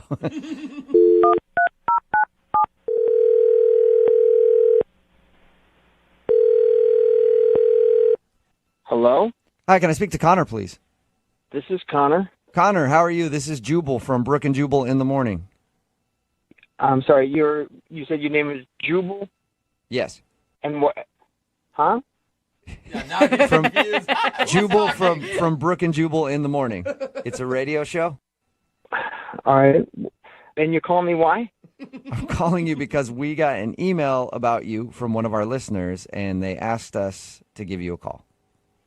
I don't understand. I'll explain it for you. So we do a segment on our show called the Second Date Update, right? It's where if you go out on a date with somebody and then end up blowing them off after, they email us to see if we can get you on the phone and find out why you didn't call them back. Okay. So what does it have to do with me? I don't get it. Because you recently went on a date, sort of, with a girl named Abby. Yeah, but I don't want to talk about that. Is there anything else that I can help with? Hang on one second. Like, Abby asked us to call you because she wants to know why you won't get back to her. She said she had a really fun time with you and thought you guys had a great connection and chemistry and everything else. I really just don't want. Well, she was nice on all those things. We had a really fun time, and I thought it was going to be great. But I just don't want to talk about it. Connor, hold on a second. Take a breath. The thing is, she really liked you, man. Like, we talked to her about your date. By the way, nice move, swooping in and rescuing her from a dirtbag. Totally. Well, she told you about all that? Yeah. She told us about how you guys met. She told us about how you hung out for a while after, and she told us how she really liked you, and now you're not calling her back. Dude, she sounds like a really nice girl, and even though you guys spent an hour together, she's invested into this. God, this is so... I wish I could make it different. I really do, but I just can't. I just can't. What do you mean you can't make it different? I mean, I feel like you can do whatever you want to do. Are you really uncomfortable right now because you're actually in a relationship and you don't want your girlfriend to find out? That's not it at all. That's not it at all. She was really nice. She was really sweet. It just wouldn't work out. Hold on a second, Connor. If you're saying that she's nice, sweet, and you're available, don't you think you owe her an explanation in telling her why you're not getting back to her? I mean, did you just not like her? No, I totally liked her, but I like the way my face looks more. What? You like the way your face looks more? Oh, my God. You want to date yourself? What are you talking about, man? You're rambling right now, not making any sense. Okay, all right. She obviously told you guys how we met. Mm-hmm. Yeah, which again, nice move. And we hung out afterwards. And after the date, I'm going home, and I'm walking up to my apartment, and I get confronted, attacked by douchebag. What? Who she was with at the first place. What? Are you serious? Wait, Tinder date douchebag? Whatever the hell his name is, the knuckle dragging frat boy douche follows me home, telling me that I'm not allowed to talk to her, I'm not allowed to contact her. If she contacts me, all this stuff is going to happen to me. Psycho! Wow. Dude. I mean, he pushed me, and he was trying to get physical, but he was 10 times bigger than me, and I'm just oh man, I got to talk my way out of this. You know? What did you say to him? I just said, look, I just met her for the first time. She asked me to get her out of there. I didn't know what your relationship status was or anything. And he's swearing and cussing at me, and he's ready to blow a gasket. And he's that's my effing girlfriend, and you don't talk to her. Wow. Wait a minute. That's crazy. So That's so crazy. Do you think that was actually her boyfriend? I don't know. I met her for the first time. All I know is that this dude knew where I lived, followed me home, and I'm not going to mess with him. Dude, that's not her boyfriend. That's some psycho Tinder guy. If it was her boyfriend, she wouldn't be contacting us to put all of her business out on the radio. Oh, we don't know that for sure. We have had a lot of weird things happen. It could be her boyfriend of 7 years, and we had no idea. I know how we can find out, though. Yeah, you can ask me. Okay, good. Thank you, Abby. Huh? What's going on? Connor, that's Abby. She's actually on the other line listening and wants to talk to you. She's on the phone? Yeah. Why don't you talk to her and find out the information for yourself? Yeah. Yeah, Connor, hi. Is this dude your boyfriend or what? No, he is absolutely not my boyfriend. Everything I told you is true.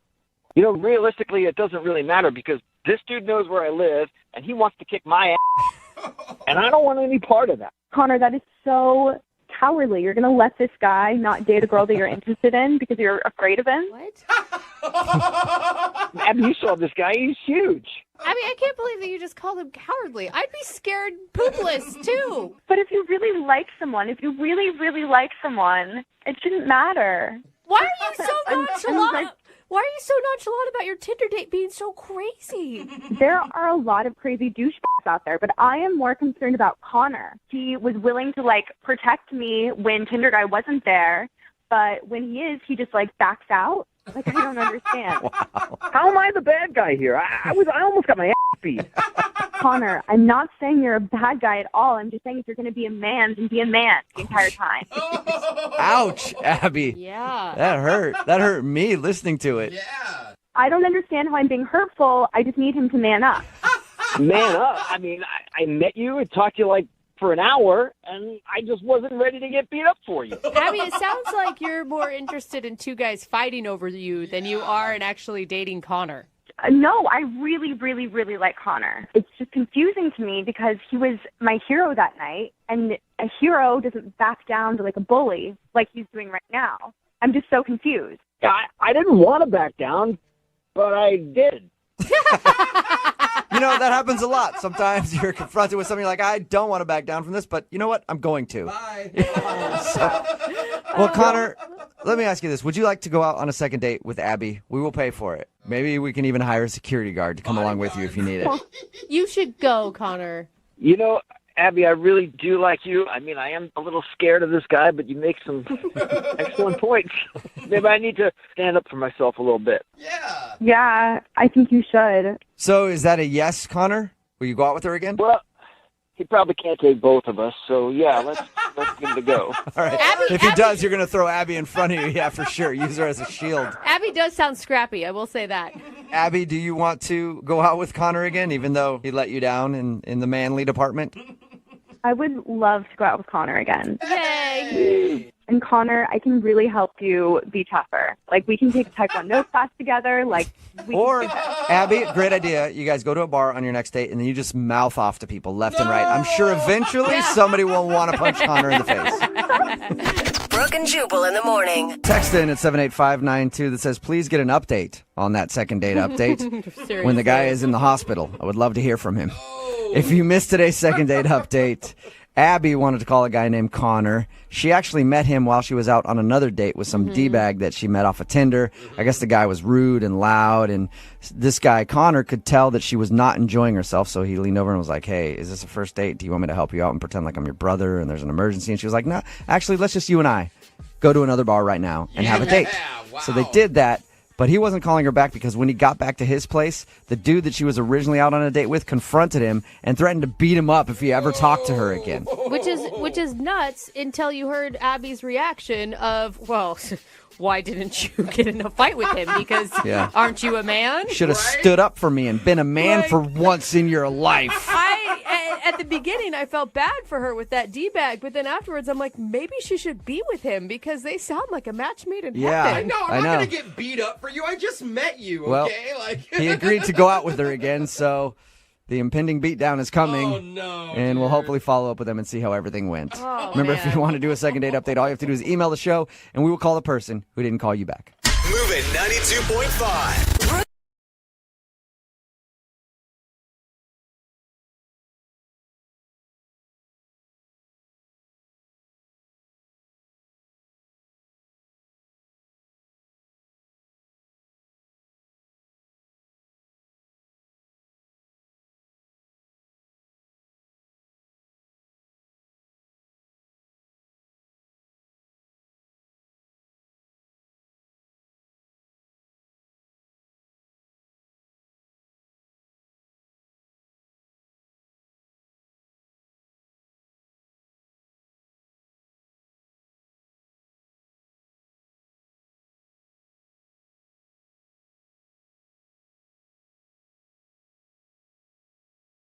Looking for the perfect birthday or anniversary gift or a special date night? Well, then you need Zodart, Seattle's only exotic car rental company. Visit Zodart.com to book an exotic special car for that very special day. Moving 92.5. Brooke and Jubal's second date update.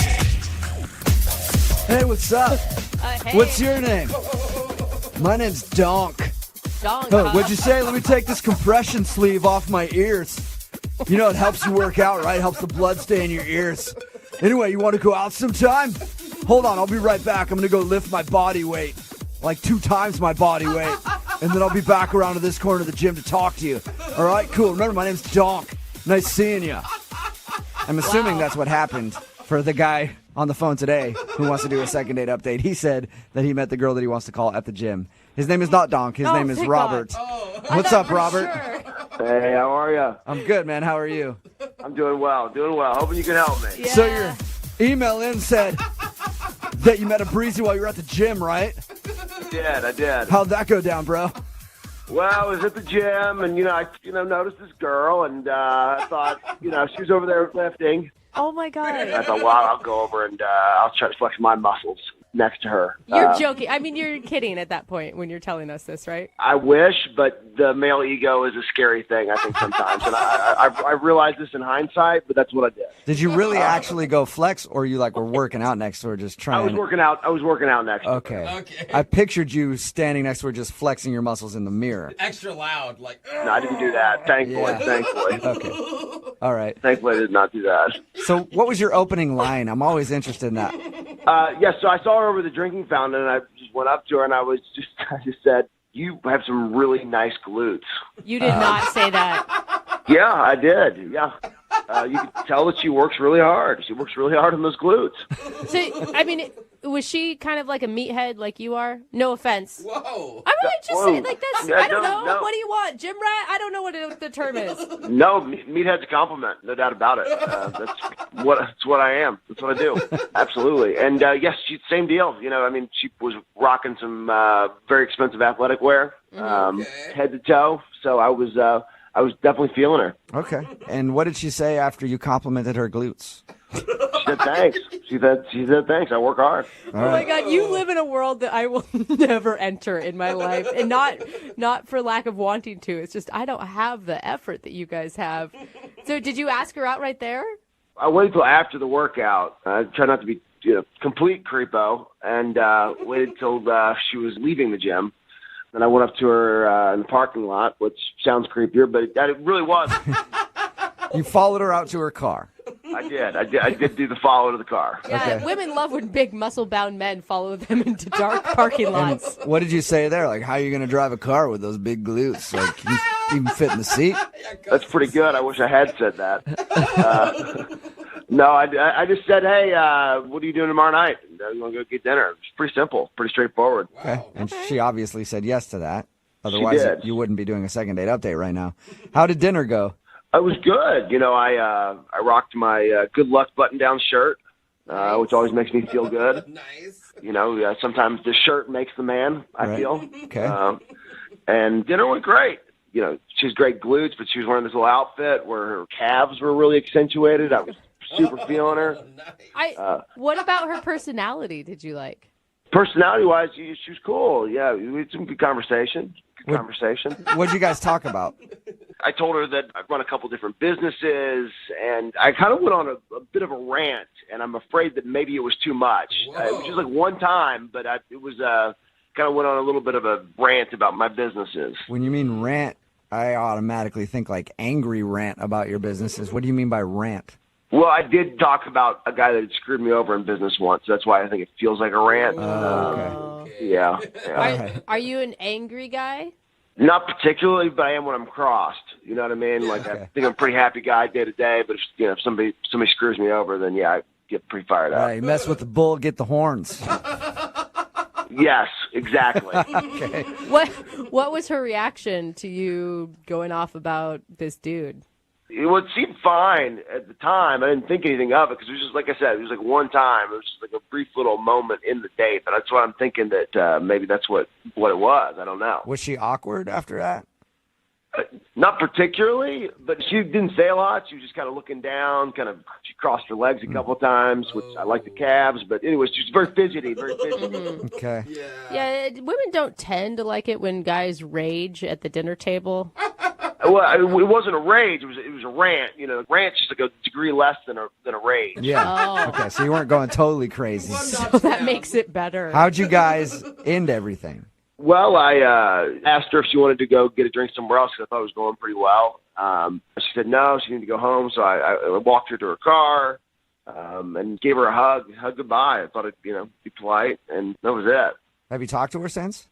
I texted her once, and I said, I'm headed to the gym. Are you going to be there today? And then she just said, I worked out yesterday. Whoa. That's it? That's all she said? That's all she said. And then I'm like, I was at the gym yesterday, and I was there for a good period of time when you would have been there, and I didn't see her. Okay, so you think she's lying to you about that? Yeah, I do. And you haven't seen her at all in person at the gym? I have not, no. All right, well, we'll play a song, come back, call her, and get your second date update, all right? Awesome, thank you. Yeah, man, hold on. Moving 92.5. Brooke and Jubal in the mornings. second date update. If you're just joining us for today's second date update, Robert is on the phone, and today he wants to call a girl named Chandra. What do we know about Chandra? She's got an okay personality and some great glutes. Oh, man, those glutes. And some calves, some wonderful calves as well. That's what Robert liked about her. They met at the gym. He complimented her glutes. They went out for dinner, and now she's not calling him back.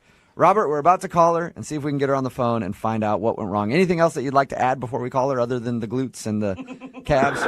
No, I just want to say thank you. Thank you. I'm very curious to hear what she says. This is awesome. I feel like it's going to be something pretty extreme because it sounds like she switched gyms just to avoid you. To me, I'm just saying, you haven't seen her there. Whoa. Yikes.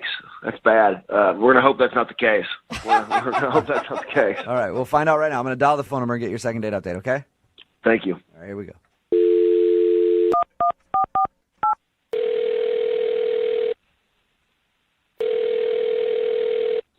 Hello? Hi, can I speak to Chandra, please? This is she. Hey, Chandra, how are you? My name is Jubal, and I'm calling from Brooke and Jubal in the morning. Hi, you're calling from what? Brooke and Jubal in the morning, the radio show. Okay. How are you today? Fine. Why are you calling me? Well, I'm actually calling you because one of our listeners emailed us and asked if we could get a hold of you. What? Yeah. I don't understand. Well, there's a guy that listens to our show. His name is Robert, and you went out to dinner with him. Oh. Okay. Yeah, so you know Robert. Well, Robert listens to our show and emailed asking if I could call you to find out why you're not calling him back after you guys went out on your date. Huh. It's a segment that we do on our show called the Second Date Update. So Robert's wondering if he did something wrong. I mean, I did text him back the other day. He, texted me, and I texted him back. He actually told us that, yeah. But it didn't sound like a text from somebody who wants to see him again. It sounded like you were just kind of blowing him off. Yeah, I'm glad he picked up on that. Okay, so you are blowing him off. Yeah. I mean, actually, I would really be fine to never see him again. Wow. Oh, man. Do you mind telling us why so that we can share it with him? Well, he's just really forward. He's forward? I can kind of see that. Meaning? Yeah, a little too forward. I mean, at first, I thought it was attractive. I've dated a bunch of guys who are really shy, and it's I always have to make the move and start the conversation, and so it was nice. He wasn't shy or timid, and he seemed really confident. He told us how you guys first met, and when he saw you at the gym, he walked up and complimented you on your glutes. Is that kind of what you mean by too forward? Well, I mean, at that point, I thought it was just kind of funny, Right. And I appreciated the honesty, he didn't seem that weird. But once we went out, he just crossed the line. Was he just too much? It was too much. Did he say something, or was he acting aggressive towards you? Yeah, he said something really bad.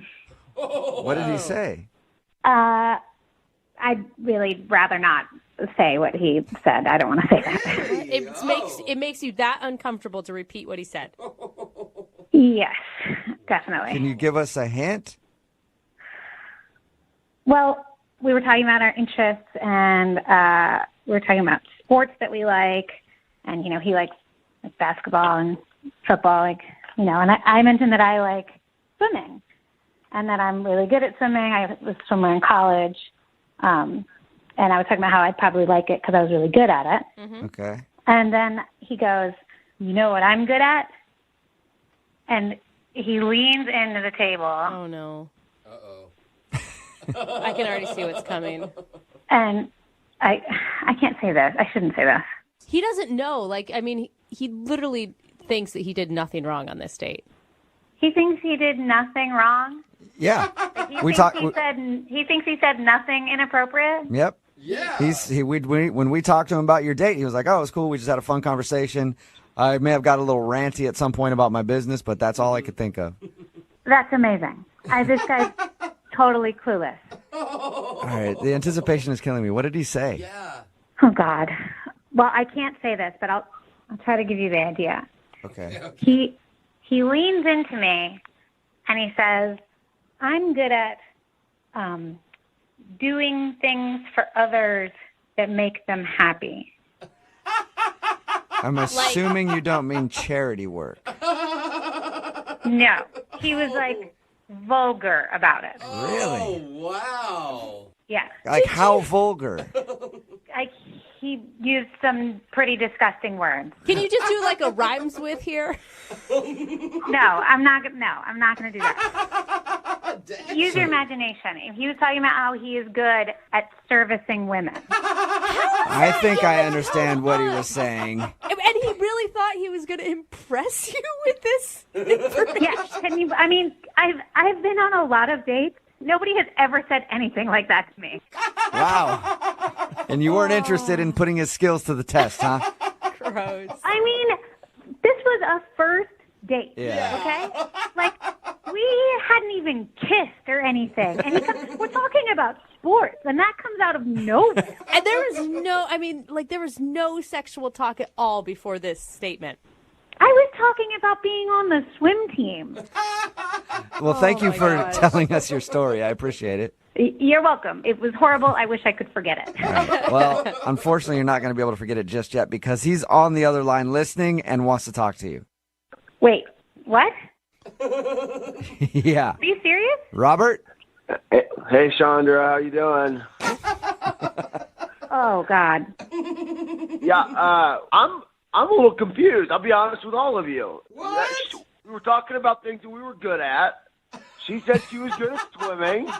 I'm really good at that. What's really wrong with that? That's not a sport, Robert. Inappropriate, man. It is for some people. I can't believe, like, it was a first date. You don't say that kind of thing out to dinner at the dinner table. We're eating.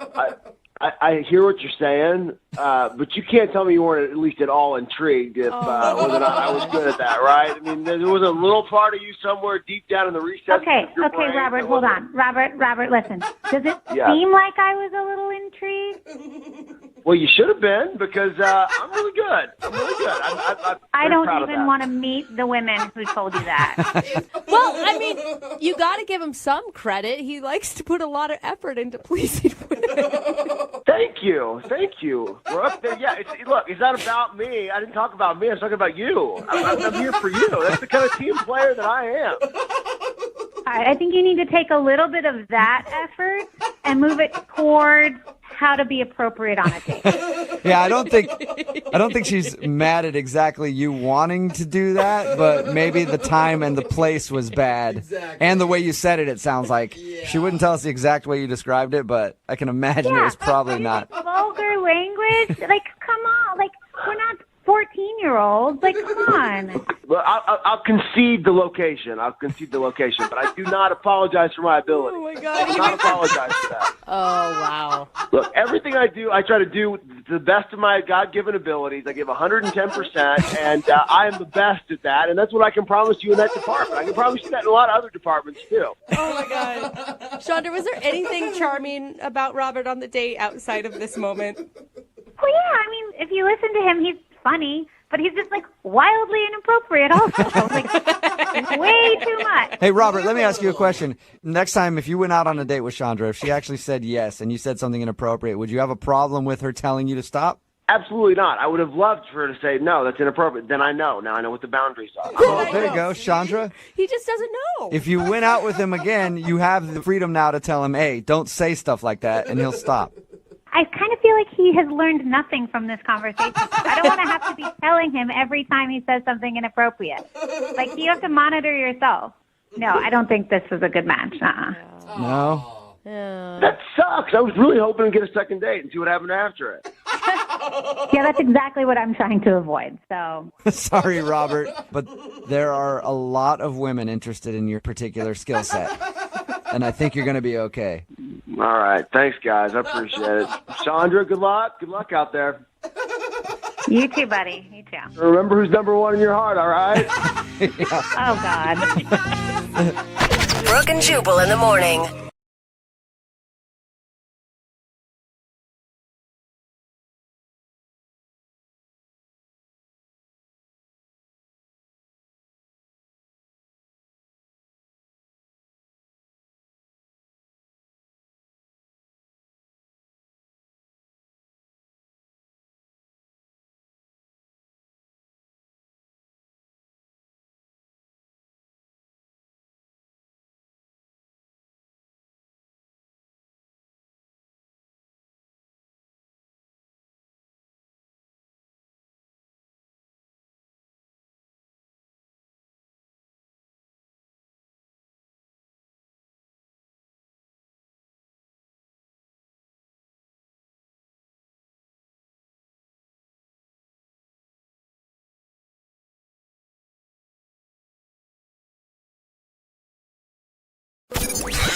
92.5. Brooke and Jubal's second date update. I'm actually very surprised that the guy on the phone for a second date update today isn't getting a call back. Really? Because he could be the worst person on the planet, and no matter what, an American girl will call him back. You know why? Yeah. Because he's an Englishman. Yeah, I knew he'd have an accent. Yep. And so he could be a murderer, and they're still like, I don't care. The accent is so hot, I have to go out with him again. His name is James. James, how are you? Well, I'm good, mate. How are you? Not too bad. Thank you very much for emailing us and agreeing to do a second date update. Absolutely. I'm glad you can help me out, maybe. Yeah, for sure. Like I said, I'm surprised that this girl isn't calling you back. I'm guessing, how long have you been in this country? Couple of years, just 2.5 years now. Okay, and I'm guessing in your experience, it's probably pretty easy in the bars and the clubs when you meet girls with that accent, isn't it? Yeah, there's not been a problem so far. Yeah, I know. I had an English guy hit on me once. He was so ugly, and I was still flattered by it. I was like, oh my God, he likes me. He's talking to me. And she's married, so. Yeah. I did have to turn him down because of that, but whatever. So you're not getting a call back from a girl. Her name is Sarah? Yeah, that's right. All right, and how did you meet her? We actually met through Tinder. Okay. Okay. Nice. And, I mean, it's not something that we do very often, although I do very often. But, I met her through Tinder. We agreed to meet up. So I drove over to pick her up, and we went, downtown for a couple of drinks, had something to eat. We spent a couple of hours together. It was good. We had a really good time. She was really cool, like really easy to hang out with, Let me ask you a question. For a guy like you, who has an accent that American women love, is it annoying? Do they sit there and harp on it the whole time? That's what I picture happening. It's like, oh, it's so cute. That has been the case a couple of times, but like Sarah was just, she didn't really even pay that much attention to it, Yeah. It was kind of cool. And I do feel like if you're a more well-traveled person, you're probably not going to care quite as much. Right. Yeah, she seemed really, really, really cool. I'm shocked. What did you like about her so much? Like I said, she was just really easy to hang out with, like you mentioned about other chicks that like, harp on the accent or always talk about themselves or, always, she was really easy to talk to. She listened to what I had to say. So the stuff that she had to say was really interesting. It was like a quality date, It was like we'd known each other a couple of months or something. Was there like one moment during the date where you're like, she's definitely into me? Definitely into me? Yeah, like a moment where she showed how interested she was. I mean, it seemed like that from the very start, So why do you think she's not calling you back then? I honestly don't know. The only thing, this is going to sound stupid, but the only other thing that I can think about is that I just bought a new car, and my parallel parking skills are not really up to par. Yeah, that's. It took me like 5 or 6 times to get into the space, and then like I was freaking out about that, and then at some point she even asked me. She was like, "Do you need me to do that for you? Do you need me to get out and help you park the car, you little Englishman?" I know. I was like well embarrassed, and then I tried to explain about the other side of the road is not doing me many favors, blah blah blah. Anyway, I get out of the car and then I walk into the restaurant and I forget to open the door for her to get out. So, okay. If that's something to go by, then I don't know. That might be the only problem. That is a terrible feeling when you're on a date and you're having trouble parallel parking because then you just start to get hot under the collar and you're embarrassed and you're just like, awful. And it's always in front of a crowded window of people too. So it's not just your date watching you, but about 200 other strangers. Right. So the only thing that you can think of that might have gone bad on your date is the fact that you had trouble parallel parking and didn't open her door. Yep. That seems silly though. That was at the beginning. How did the end of the date go? It was good. Everything was great. Really, it was really great, full of smiles, full of happiness. There wasn't one awkward moment during the night when no one had anything to say or, Did you guys kiss? Yeah. You did? Okay. What kind of kiss, though? Like a real quick peck on the lips or a full... I mean, just a little bit more than that, It wasn't anything, hot and heavy, but, it was a good night kiss. And what was the last thing that you guys said to each other? I said, I'll be in touch, and she said, okay, that'd be great. Okay, and has she responded at all to any of your text messages or phone calls? Not one. Nothing? Wow. And how many times have you tried to reach her? I've texted her like 3 or 4 times and called her twice. And did you tell her like, oh, that kiss made my heart skip a beat or anything like that? No, I didn't say anything like that. I mean, I met the girl on Tinder, Yeah, not exactly going to be like, I think you're the love of my life from that kiss. Right. All right, well, we'll play a song, come back, call her, and get your second date update, okay? Okay, sounds good. Okay, hang on. Cheers, mate. Moving 92.5. 102.5. Brooke and Jubal in the mornings. Second date update. Hello, love. And welcome back to today's royal edition of the Second Date Update. I'd be your host, Jubal Flagg, and today we're talking to Sir James of Update. He went out with a lovely young lass he met on Tinder. Took her out for drinks, hoping that later he'd be able to show her his throbbery. Wow. But he was unsuccessful in getting the knickers on the floor back at his flat. So that's what So they now call it. he is on the phone wondering what went wrong. And James, I never asked you, what is your occupation? I would assume chimney sweep? I never... Oh, yeah. Thanks for that. Yeah. I work for Mary Poppins, and I've got a smoking car called Chitty Chitty Bang Bang, too. James is on the phone. James is English, yes, so of course I have to mess with him a little bit because it's weird to us Americans when we hear an accent. Ooh. Yeah.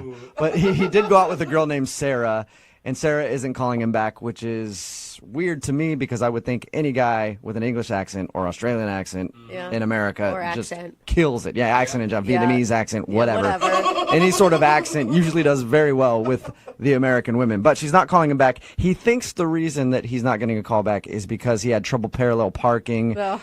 So much to the point where she was like, hey, do you want me to do it for you? And then he didn't open her door. But that's the only thing he can think of. Other than that, they had a great time. We're about to call her and find out if, in fact, he did something wrong on the date. James, you ready to go? I am. Can I ask you one question, James? You don't fall into the stereotype of bad British teeth, do you? No, that's a myth. The whole thing is a myth. Like, we don't all walk around like Austin Powers, you know? I went to London before, and I wouldn't call it a myth, but I'm glad that you're not there. No, absolutely not. Okay. All right, well, I'm going to dial her phone number right now and get your second date update, okay? Okay, sounds good. All right, here we go.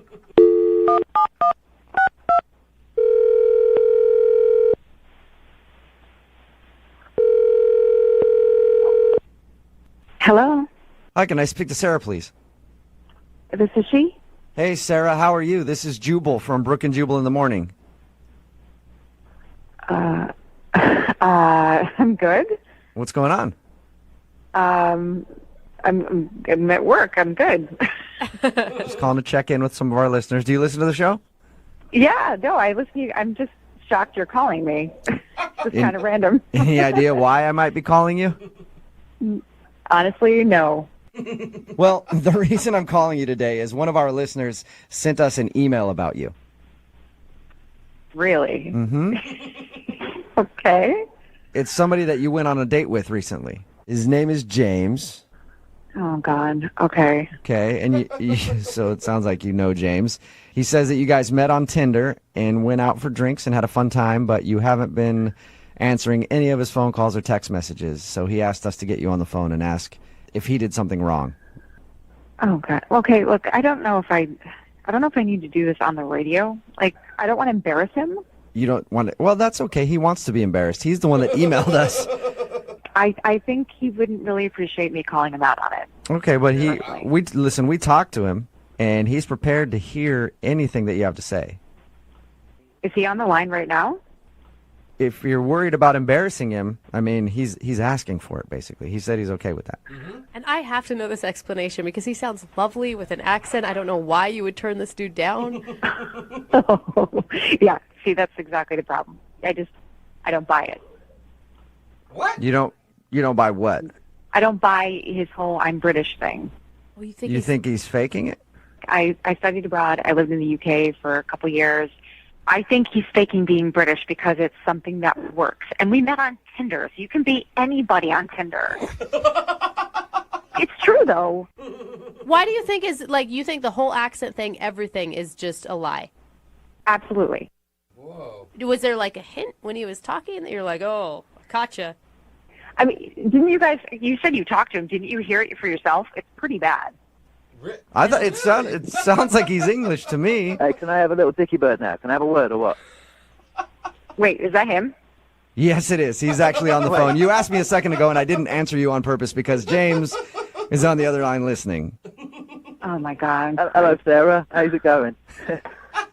See, are you listening to that? Hello, Sarah. How you doing? It sounds legit to me, Sarah. I mean, it is legit. It is legit. I don't know what you want. I mean, I could show you my passport. I could, give you my national insurance number. I could, I mean, I don't know what else you want me to, what do you need to see? Yeah, I'm sure you could show me your fake green card and your fake passport and your fake everything else. Yeah, because I've got all the time in the world to sit around and generate fake copies of documents so that I can meet girls on Tinder.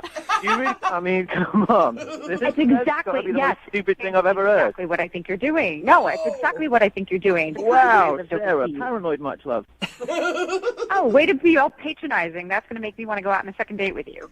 I mean, at this point, it's really, it's it's neither here nor there now, is it? I mean, you think I'm a complete fake, so I might as well just go balls to the wall, Yeah, I don't think you're fake. I know you're fake. And you're laying it on pretty thick with the whole parallel parking job. Oh, I can't park the car because it's on the right side of the road. At least 5 to 6 times. I could have That's a parallel pretty good accent, Sarah. That's a pretty good accent. You should try faking it and meeting people on Tinder. Okay. Just give it up. Your accent is so fake. I don't know what else to tell you. I've got nothing else to go with. This is me. I'm a. Come on, just give it up, dude. And you have really two perfect teeth for somebody who's British anyway. I mean, and this is crazy. I've never heard anything like it. Yeah. Do you need me to, call my parents in London or something? You can have a little word with them. They can tell you who I am. Oh, sure. I mean, I'll call international. Hell, we can Skype if we want to.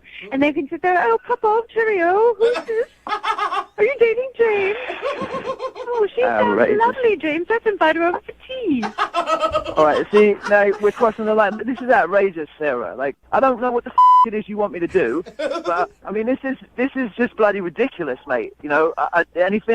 And if anything you say, I'll do to prove to you. I don't know how to get you to prove that you're faking it, but there's just something slightly untrustworthy about you.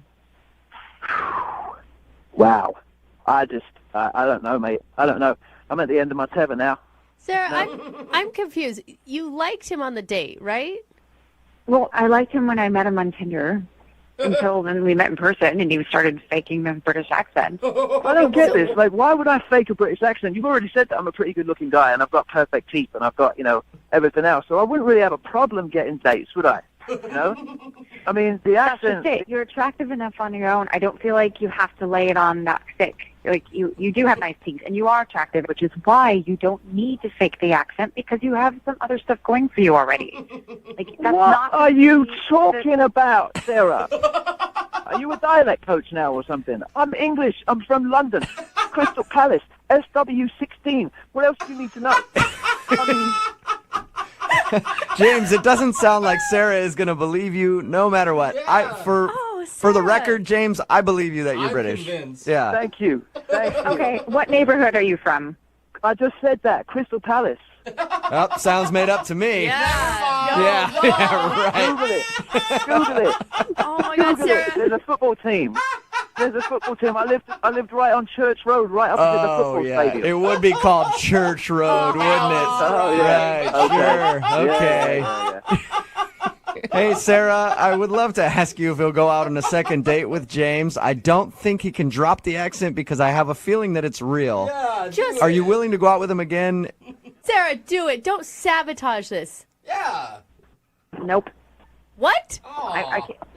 No, I can't. I'm not going to waste my time with somebody who wants to be a charlatan and lying to my face, and I don't need that. I don't know how he's convinced you guys, but he certainly hasn't convinced me, and I wasn't born yesterday. I'm not going to waste my time. Oh, my gosh. I can't believe you're doing this. You are having a laugh. Sorry, James. Unbelievable. No second date for you, man. I don't know what to say, Sarah. I don't know what to say. You missed out, love. You missed out. That's all right, James. I'm sure there are plenty of other girls on Tinder that be happy to drop the knickers for you anytime. Wow. This girl. Wow. Well, thanks a lot for your time, both of you. We appreciate it. Sarah, better luck on Tinder and finding a real American guy who's not faking it like James is. I'm not faking this thing. Oh, Listen what? to me. Hey, Hey, listen up, right? Listen, I'll send you, just for shits and giggles, I'll send you everything. I'll send you everything. My passport, my green card, I'll send you everything, just so that you know. You know? I mean, I'll show you the tattoo of a Union Jack on the end of my if you want. I hope you actually have that. That would be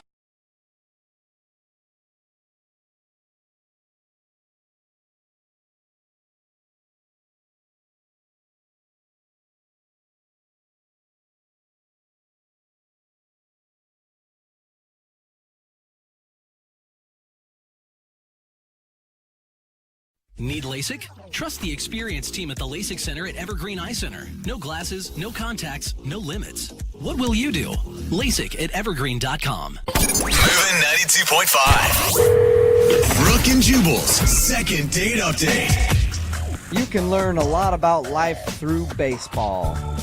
You know, when life throws you curveballs, you knock them out of the park.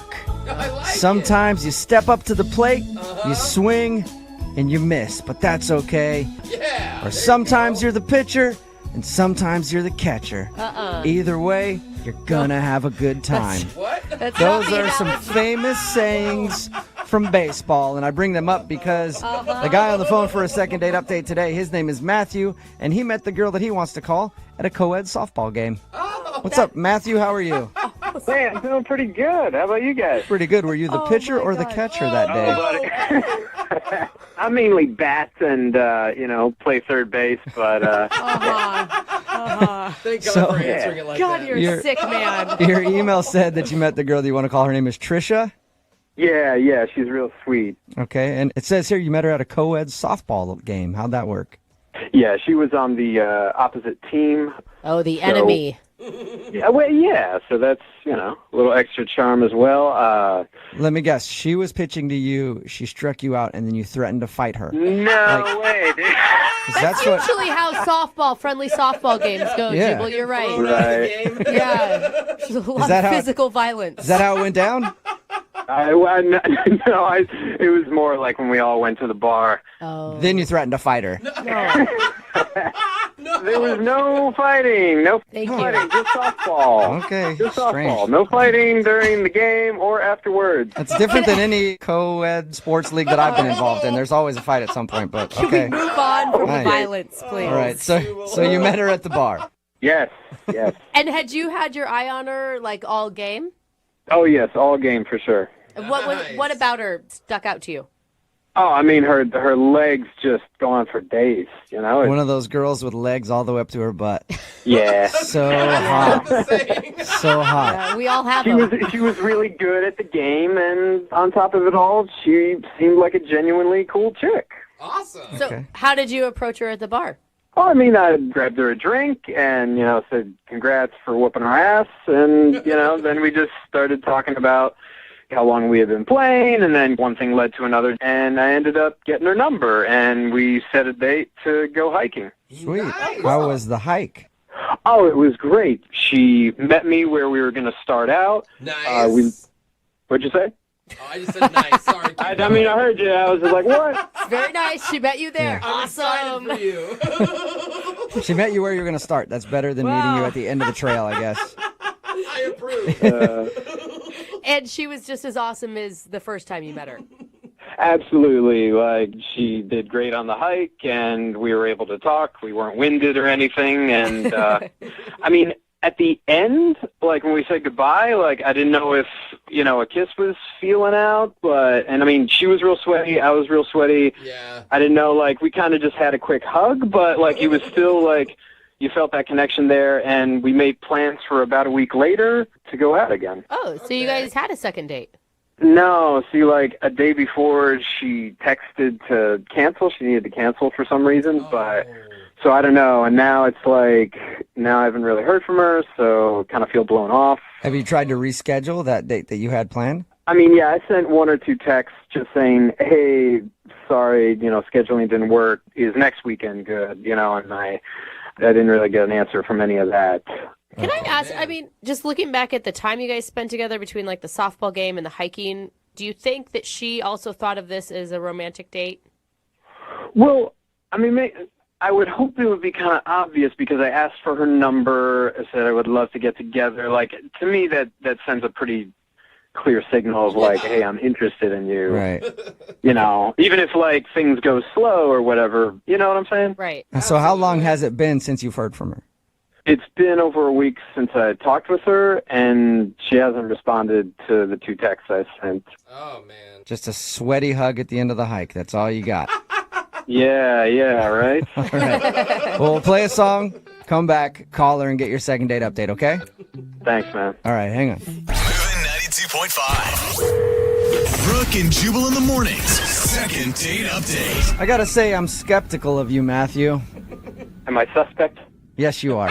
For what? Well, we do a lot of these second date updates, all right? And everything always sounds normal until we get the person on the phone, and then something weird comes out, okay?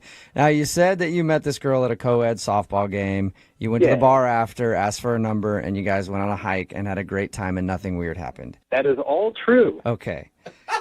Well, if I call her and I find out that you've been going to all of her games since then, dressed up like... No, buddy. I will be 100% honest with you. That thought did cross my mind. Okay.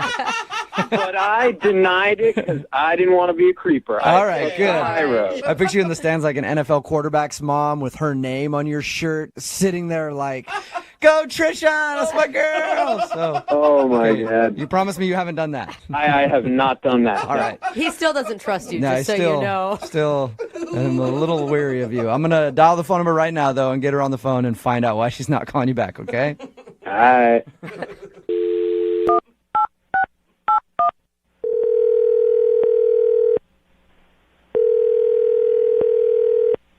Hello. Hi, is Trisha there? Yes, this is she. Hey, Trisha, how are you? My name is Jubal, and I host a radio show called Brooke and Jubal in the Morning. Okay. I'm calling because one of our listeners sent an email about you. His name is Matthew, and he sent us an email saying you guys were supposed to go out on a date, and then you stopped responding to him, and he wants to know why. He sent an email about that? Why would he do that? Because he liked you and he would like to go out again, but you just stopped talking to him, so he thought maybe we could help him out and figure out the answer. Look, I am not comfortable discussing this. If it's something way too personal, you don't have to tell us, but if it's not, I mean, he wants to know. He liked you a lot. You got to put yourself in his shoes. You know how frustrating it can be if you feel like you connected with somebody and then they drop off. I mean, yeah, I get that. And he's a good guy. I totally got that sense from him. Okay, so if he's a good guy, then why aren't you calling him back? Look, he was really cool. He's just not marriage material. Whoa. Why is he not marriage material? Did you guys get into that conversation on your first date? No, we didn't, talk about it. But, you could just tell from the date. Is he immature or something? I mean... Well, here's where I am. I am not getting any younger, and I absolutely want to get married someday. And he's just not going to be that guy. That is a really quick judgment to make after meeting someone just one time. Yeah. Actually, we hung out twice. Oh. Okay, so 2 times is enough for you to know that? Now you know everything about him. How can you possibly know that he's not marriage material after 2 hangouts? Because after the second time we hung out, he took me back to his car, and his car was full of stuff, piles and piles. Wait, are you saying that it was just messy? Like there was garbage and stuff in it? Well, I didn't know. So I had asked him, I was like, what's the deal with all your stuff? Are you moving or something? And he said no. And he said that he lives out of his van. He lives in his van? Yeah, and he does it by choice. What do you mean? It's not that he's homeless, it's that he wants to be homeless? Yeah, he chooses this. Really? What did he say to you to make you think that? He said, look, it's this really great situation. I choose this. I feel it's better. I'm saving money. And I look in there, and there is a mattress. There's a jug of water, hot plate. It's really weird. Yeah. Normally, when you see a van with a mattress in it on a first date, that's a good sign. No, always bad. So you're saying you didn't want to see him again because he lives in his van? No, I don't know. I've been going back and forth over this, like, for the past few days because, like, he lives in a van. Yeah. So you're saying you don't want to move into a van if you guys ever got more serious? No, well, no, I don't know. That's the thing. You don't know if you want to move into a van. You might be willing to move into a van? No, I definitely don't want to live in a van. Like, that's the problem. Okay. But don't you think... Okay, granted, this is a kind of an odd situation, but he has, like, a regular job, right? He has a really good job, and he makes, like, a ton of money. He just chooses to save it. All right, so the guy just likes to live in a van. He seemed really in love with his living situation, and if that's the case, I don't want to mess with it. I have so many questions. You don't want to make the guy give up his house, you know? Exactly, his green van. Yeah. Well, Trisha, I do need to let you know that Matthew is actually on the other line listening, maybe in his van right now, and he wants to talk to you. What? Yeah. Matthew, you there? Oh, my God. Yeah. Hey, Trisha. Oh, my God. I am not in my van, just to clarify. I'm in my office. I'm at work right now. Well, that's good to know. Yeah. I'm just really surprised because, like, when we went out, I mean, you seemed to think it was really kind of cool what I was doing. Yeah, I said it was cool when I was looking at it because I didn't just want to tell you it was weird right off the bat. Okay. Oh, now you're just 180 on this. So I'm confused. Matthew, think about it. I mean, how could a girl see a van and think, I want to stay the night with him? I'm not sure where I'm going to go to the bathroom if I have to go, but... Just owning a van and living out of it is awesome. I have this freedom that everybody else is dreaming about. I save all this money. It keeps going in the bank when everybody else is spending and going into debt on these houses that they can't afford, and they're never in because they're always at work all day for them. I mean, what's the point of it?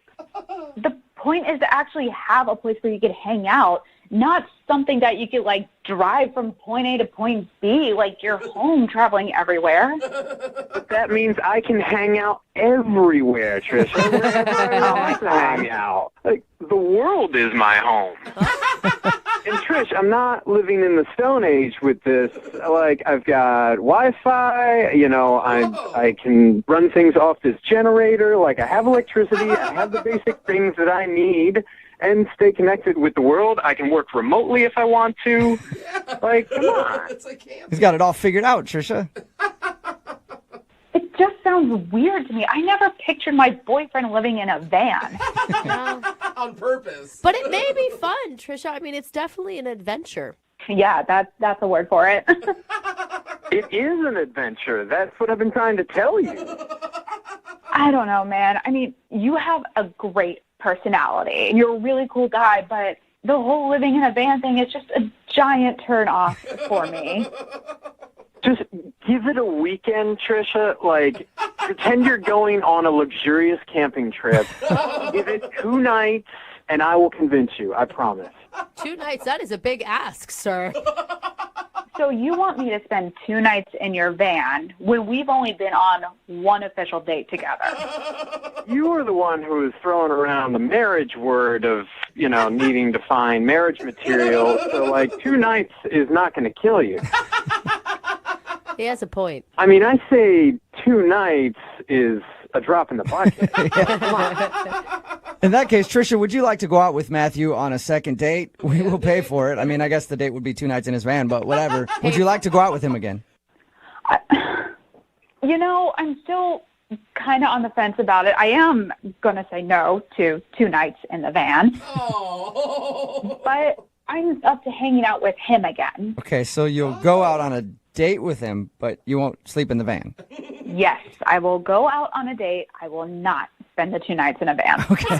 Well, congratulations, Matthew. That's a successful second date. I can work with that. All right. So you guys go out on your date. Matthew, you try to convince her that living in a van is better than living in a house, and I wish you both luck. Trisha, freedom is in our future. I guarantee. Oh, my God. Brooke and Jubal in the morning. Got a text in at 78592 about the second date update that just says business in the streets, road trip in the sheets. Kind of makes sense. If you missed today's second date update, this dude met Trisha at a co-ed softball game, and then they went on a hike, and she wasn't calling him back. So we got Trisha on the phone, and she said that he's not marriage material, and the reason why is because he lives out of his van. But he likes it. Yeah, it's by choice. He's not homeless. He has a great job and makes a lot of money. But I guess this dude, his name's Matthew, by the way, lives out of his van by choice. Yeah, he's like a penny He pitcher, says I guess. he does it because he's saving a ton of money and he has a lot of freedom. Yeah. And he's not tied down by any houses or anything like that. He can just move his van around wherever. Which is it's true. A lot of people do it. Look up hashtag van life. Really? It's all over the place, Yeah. man. I'm sure. And I guess they did go out, though. They agreed to go out. She said she'd go out with him, but turned down his offer for 2 nights of staying in the van. So See, she doesn't want to stay in the van, but she'll go on another date, mostly because he probably has a lot of extra money to spend or something. I just want to warn her. I dated a guy who lived in his car, and after we broke up, we got in a fight, and he refused to leave. He just parked in front of my house. And then I had another guy show up the next day to go on a date with him. He's like, "Hey, there's some guy sleeping in the car in front of your house." I'm like, "Yeah, I don't mind him. I don't know. That's weird. You're like, I don't go know." home. He's like, I am home. Yeah, your home's actually in my way right now. Yeah, they're hard to get rid of when they can just move their house right in front of your house. Amazing. So good luck to those two. Yeah.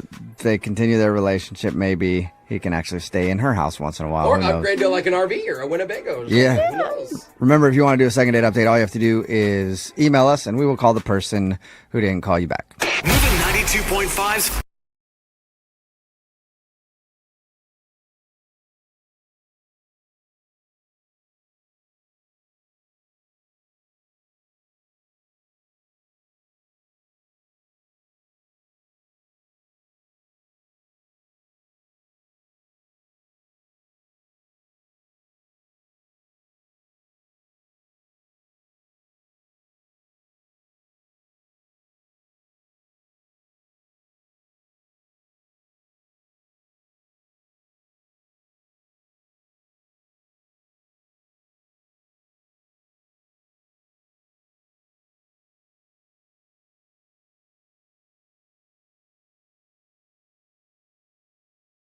Moving 92.5. Second date update.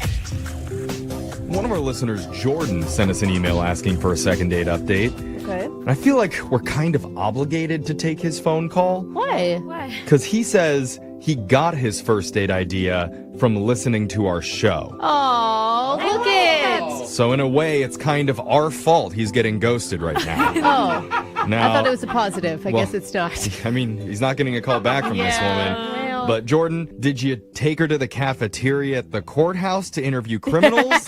Like Jose's segment, What You Doing at the Courthouse? No. Okay, what are you talking about Dog then? shot collar question of the day. Electrocute each other? That's kind of romantic. Or did you shoot lasers at her for laser stories? All good ideas, but the one I rolled with was the TikTok Target date. Oh, yeah. Yeah, that I was supposed to go on with my husband, and we haven't gotten around to it yet. Oh, yeah. That sounded super fun, though. It did. Okay, well, to remind our listeners, if you didn't hear that, there was a TikTok trend for a date night activity where one person walks up and down the aisles at Target with their arms flapping up and down, and the other person walks behind them and randomly says stop. And then whatever item your arms are pointing at, you have to figure out how to include that into your date night. And the idea is you're supposed to get your food, your entertainment, and then just something maybe weird. Or... Yeah. So that's what you did, Jordan. Yeah, that's exactly what we did. So I can start at the beginning. That's a good place to start usually. Yeah. I like this, Jordan. I want it to end. Yeah. What's the girl's name? Can we start there? Yeah, Ariel. I met her on an app, and when I threw out the suggestion, so I got to give you guys a little bit of props because that seemed to be the thing that made her go for it. She seems down for it. Seemed kind of fun. I kind of liked it. So it seemed like it's something like not as traditional, like just take you to coffee or something like Right. that. Totally. It's really creative. Well, I mean, Ariel's a woman, and this involves Target, so there's no way she's going to say no. This is a bad precedent to set on It a is. first date because if you guys end up in a relationship, you're doing Target every weekend. Every weekend, Oh, yeah. bro. So how did the Target date go? Well, we got the weirdest items. Like, she's the one who was doing the flapping, so I don't know if she was trying to make it extra weird, but What'd you get? a 6-pack of paper towels, and that was like, okay, we can do something with that. That's good no matter what. Yeah, clean your apartment. There you go. Okay. We got frozen peas, That's not that bad. Okay. chocolate milk. All Ooh, right. yeah. This sounds like Sounds like one of my meals I'm feeding to my 3-year-old. And this is where it may have went a little south, is we got adult diapers. Oh, no. You have to use them on the date? Yeah. Please just eat the peas out of them. Don't, Yeah. don't do the other thing. Did you incorporate everything? Oh, yeah. There's still one more item.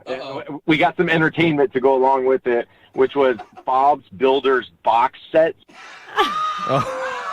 What did the cashier say as you're checking out with adult diapers and Bob's Builders? Frozen peas? She gave us the looks like this is a random set of items, but she didn't say anything, fortunately. She's like, you're on drugs, aren't you? Well, or they would maybe assume that you're a married couple and you have some kids at home that you're shopping for. And some pelvic floor issues where you can't control your Hey, no urine. judgment here. So what did Ariel think about all this stuff? She thought it was as random and weird as I was, but she's like up for that stuff. You know, she has blue hair, which is kind of random, and Really doesn't match her name, though. Very disappointing. Yeah, I got that's true. It should be red. I didn't think of that. So what did you guys do? so we did it at her place, and we mashed the pea. So we had a mashed pea dinner. It was, Ew. It sounds like a terrible British dish. Yeah. A little mint and little mushy peas. Okay. And then so we cleaned up with the paper towels, obviously, easy one, right? Mm-hmm. And then after that, we sat on the couch and we had to deal with the adult diaper. So we decided to put on the adult diapers over the clothes. Dude, I can picture you two sitting in adult diapers. I mean, were you laughing? What was the vibe? Well, it's half laughing at the other person and half embarrassment when they're looking at you in an adult diaper. Oh my god! So you're sitting on the couch at her apartment in adult diapers, sipping chocolate milk and watching Bob the Builder. Eating mushy peas. I mean, I don't even think I have to ask. You guys definitely hooked up after that. You would think, you're right, nailed it. And here's kind of what's prompting my call is she was like, hey, my roommate's coming home. This is going to look really weird. And I'm sorry, that's really funny. Did she ask you to take the diaper off? She quick. Get out of here. I thought it would be pretty memorable to walk away wearing the diaper, so I kept it on. But then when Oh my god. Why do you think she isn't calling you back, bro? I mean, come on. You know why. Yeah, like, I get it. The date was a little quirky, but she seemed to be a good sport about it. And then, so now she's, like, hasn't really been getting back to me. Yeah. And I'm kind of thinking, like, was it the adult diaper or, like, I mean, I think I know. Even though I 1,000% endorse the Target date, and I want to do it myself, it may have been too silly. Like, you guys didn't get enough time to get to know each other. There's not a lot of room for sex appeal when you're sitting in an adult diaper eating mashed up peas. Speak for yourself, bro. Oh. I am doing that when I go home this weekend. I mean, did you feel chemistry with her at all, or was that just kind of impossible? You'd be surprised how open you guys will be wearing an adult diaper when you... I guess. You can break the walls down. Let's find out. We're going to play a song. We'll come back. We'll call Ariel for you. Can you at least ask her how the episode ended when Bob the Builder lost his tools? It's really been killing you, huh? Can he fix it? So bad it was this end of season. It was the best episode. Cliffhanger. All right. We'll play a song. We'll come back and we'll ask her. Hold on. You want to know how to properly seduce a woman? I do. Sugar. You came to the right place. First, you gotta cruise on into that Tajay. Stock up on frozen peas, chocolate milk, and a large pack of extra absorbent adult diapers. It's gonna get messy, girl. If you really want to leave her moaning for more, you better reach for that DVD box set of Bob the Builder. Can he fix it? You tell me, baby. You tell me. I think he can. He's fixing it with 3 X's. Yeah, I wish I was making any of that up. Oh my but God, it's crazy. That's actually what one of our listeners, Jordan, did for his first date. Now, he did that because of the TikTok Target trend that we talked about on our show, where you take someone to Target, you grab a bunch of random items off the shelves and figure out how to turn those things into a fun date night. And those were the items that they ended up with. Peas, paper towels, chocolate milk, a DVD of the Bob the Builder, and adult diapers. Yeah, that was it. I gotta say, man, I don't know if I would have picked the aisle with the adult diapers in it to even go down. You know? Yeah. What else is in that aisle? I know. How did you not hit the wine aisle in this whole trip? In retrospect, I would have picked different aisles, but I don't go to Target that much. Yeah. Oh my God. It's his first time Candle playing the aisle. game. I mean, even the towel aisle would have been better. That's good. Well, now his date Ariel is not calling him back after what was actually kind of a romantic attempt at a date. But it was still a fun date. Like, Yeah. it sounded like the energy was great. Yeah, so she should appreciate it was silly, but I don't know. Let's give her a call and try and figure out where her head is at. You ready to do this, Jordan? Yeah, heck yeah. Oh my God, I'm actually kind of excited to hear this. Yeah, I'm rooting for you here. So let's dial the number. Here we go.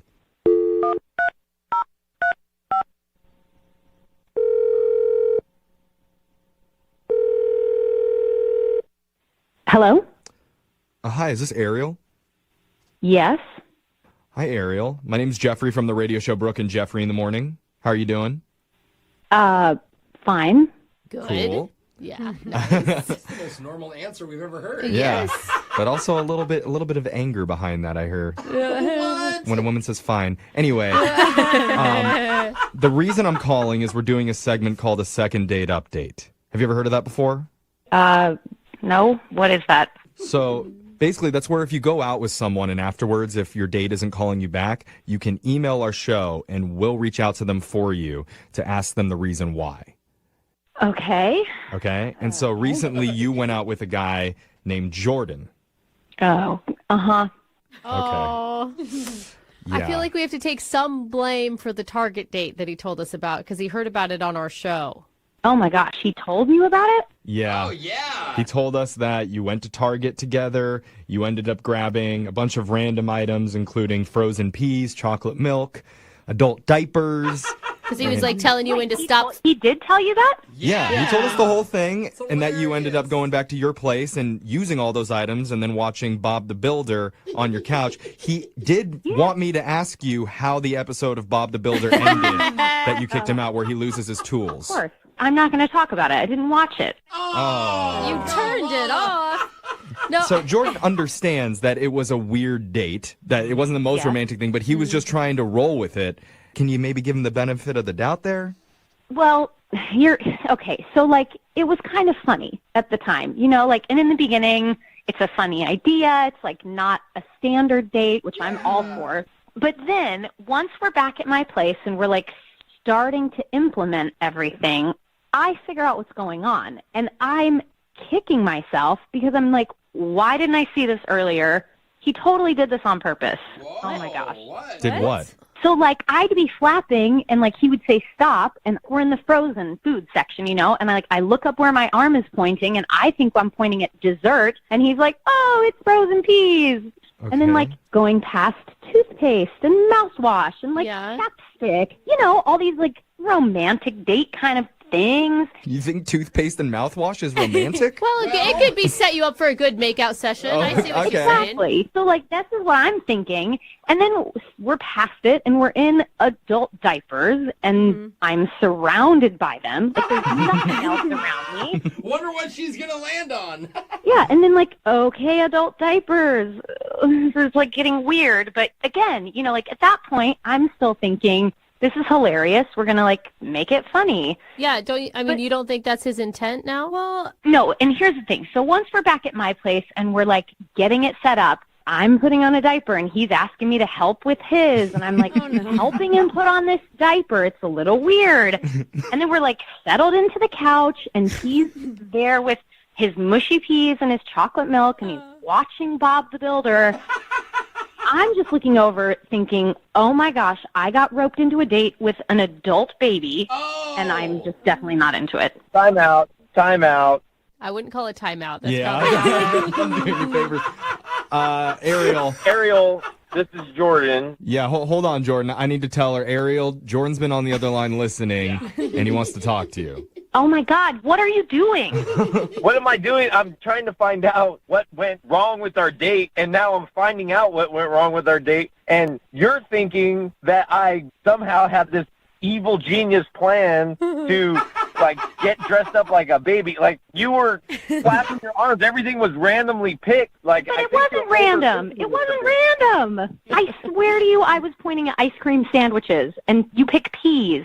I don't know Target, okay? Like, I don't even go to Target very much. Yeah, the only time he's gone, he was riding inside one of those little red cars. He couldn't see. Oh, give him a break. I mean, can you understand why she would think that, though, Jordan? Well, I understand that, okay, hey, yes, we are wearing adult diapers, but that was kind of the point, was that it was this random, fun date. You just said that was the plan, to be wearing adult diapers. You just said it. You just said it. You picked all the like, little baby things. And the plan was to be random and fun, and I don't have this like deep-seated thing where I want to wear adult diapers and eat peas around you. No, but like, listen, you kept saying you didn't know what Bob the Builder was. How did you know the theme song? You knew that theme song. It's a catchy theme song. After you hear it once or twice, then I've never even heard it. I don't know what it is. I know the Bob the Builder Everyone theme, does it. I don't have Yeah, kids. can he fix it? Yes, he can. I mean, that's it. Like, No, you're saying it wrong, Brooke, but that's okay. Bob the Builder. Can he fix it? Oh, whatever, Yeah, Jeffrey. the Okay, tone we're was not all talking wrong, about. So there you go. Okay, but what I think what we're I'm saying saying. it's true men know Bob the Builder. It's fine. Sorry, sorry for Jeffrey's Bob the Builder flex over there. Hey, it's Robert the Builder. Yeah. But I actually honestly believe Jordan. I Thank think you. that he totally screwed up the date. And I think that, Jordan, maybe like the wine aisle and like a game of Twister may have been something you wanted to point at instead. Yeah, if you're going to cheat, he could have cheated a lot better. But men are just terrible planners sometimes. I mean, not all men, but he is. Jordan is. She's right. We are. Yeah. And I'm sure he actually looked kind of cute in that diaper. No, Jeffrey. No, it was not cute. And like all I'm doing, I'm sitting there thinking like, just wait until date number 2 happens and like it gets even weirder and he's sitting on my lap and I'm like spoon feeding him mashed bananas. that is ridiculous. That would never happen. Like I have friends that listen to the show. Like me and my friends, like we're fans of the show. So there's people listening that I know that are going, "Oh, what the heck's wrong with Jordan right now?" And I'm like, "Wait, time out." But well, it's okay, Jordan. You need to calm down. You are right about one thing. That date would never happen unless I ask her right now, Ariel, would you like to go out on one more date with Jordan? We pay for this. No. Who would you say? Stop it, Who's a Jeffrey. good girl? Meanwhile, I'm over here having PTSD. No, come on. We'll throw in a Babies R Us gift card just for good measure. He's joking. He's joking, Ariel. I think Jordan is a good guy. He put some effort in. It went wrong. Is there any way you can like erase the image of him in an adult diaper from your mind? Give him one more chance. Please. No, it is just too freaky for me. We tried, Jordan. ultimately, I think it was obvious I was just trying to have fun. It's not obvious that I was trying to be like an adult baby. Okay. I'm not convinced. All right, Jordan. Well, man, I feel bad about how this ended, and we normally don't do this, but instead of paying for a second date, we'll offer to pay for that Bob the Builder set so you can find out finally how that episode finishes. Closure. Yeah, fine. I'll take it. I'm kind of curious how it ended anyway. Can we build it? Yes, we can. Moving 92.5. When you think of the greatest artists the world has ever seen, you think of names like Rembrandt and Picasso and Jim. Good old Jim. Sitting in the park, sketching naked women. That's what Jim is known for in the art world. No. Am I right, Jim? That is so not true. Hey, don't worry, Jim, look, I would rather look at anything that you've sketched than what other crap Rembrandt and Picasso are doing. Oh, man, that you was think those crap. guys have a website? I don't think so. Yeah. Okay, thank you, but I want to correct the record. I do not draw nudes. Maybe that's At the least problem. Not for public consumption. Okay. I mean, Well, I want to see some of your private collection then. I'm really interested We can in that. talk offline. All right, cool. oh my Okay. God. Only Take you care of guys that. are pervs about nude drawings. What is wrong with you? Why am I talking about Jim being an artist? Well, we talked about his date that he went on with a girl named Rebecca. He wants to call her right now for a second date. They met at a park because they met on Tinder and he wanted to meet at a public place. And during their date, he showed her some of the sketches that he does and then offered to sketch her. And that's when she seemed to get kind of weirded out and asked to leave. And she hasn't talked to him since. And that's the only thing you can think of that went wrong. Yeah, that's the only thing that comes to mind. I thought it went really well, actually. And you said that she was like an adrenaline junkie. I mean, maybe she was looking for somebody who can do those type of activities with her. Yeah, I mean, maybe, but it's not like I said that I wasn't willing to do that stuff. I mean, I Okay. would go bungee jumping or whatever. I would be into that. Okay. All right. Well, I'm going to dial the phone number right now, get her on the phone, and see what went wrong, okay? Okay, great. All right. And, hey, if, this doesn't go right for you and she doesn't want to go on a second date, don't worry. I will be your muse. If you need to sketch anybody, Jim, you can sketch me. No, dude. I will be your Mona Lisa. Okay? Okay. All right. Here we go. I'm going to dial her phone number right now. Here we go.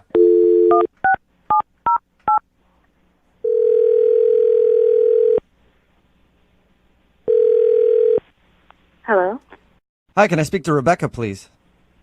This is she. Hey, Rebecca, how are you? This is Jubal from Brooke and Jubal in the Morning. I'm sorry, who is this?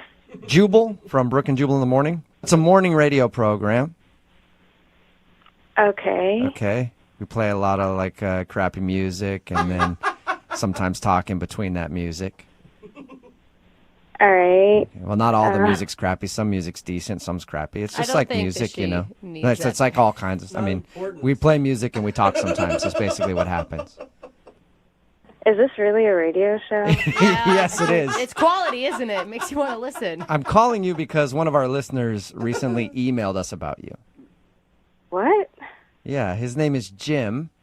He emailed us and wanted us to get a hold of you because you guys went out on a date and now you're not calling him back. And Jim is very curious if you did something wrong. He really contacted you about our date? Yeah, he said he liked you a lot and was hoping to go out with you again. We talked to him about your date. And he said that you guys met on Tinder and then went to the park and hung out for a little while. And then at a certain point, you were just like, well, he told us that he offered to sketch you. And he thinks that might have creeped you out, but he meant it in the most innocent way possible. Yeah, well, that's the thing. He already did sketch me. What? What? What do you What mean? do you mean?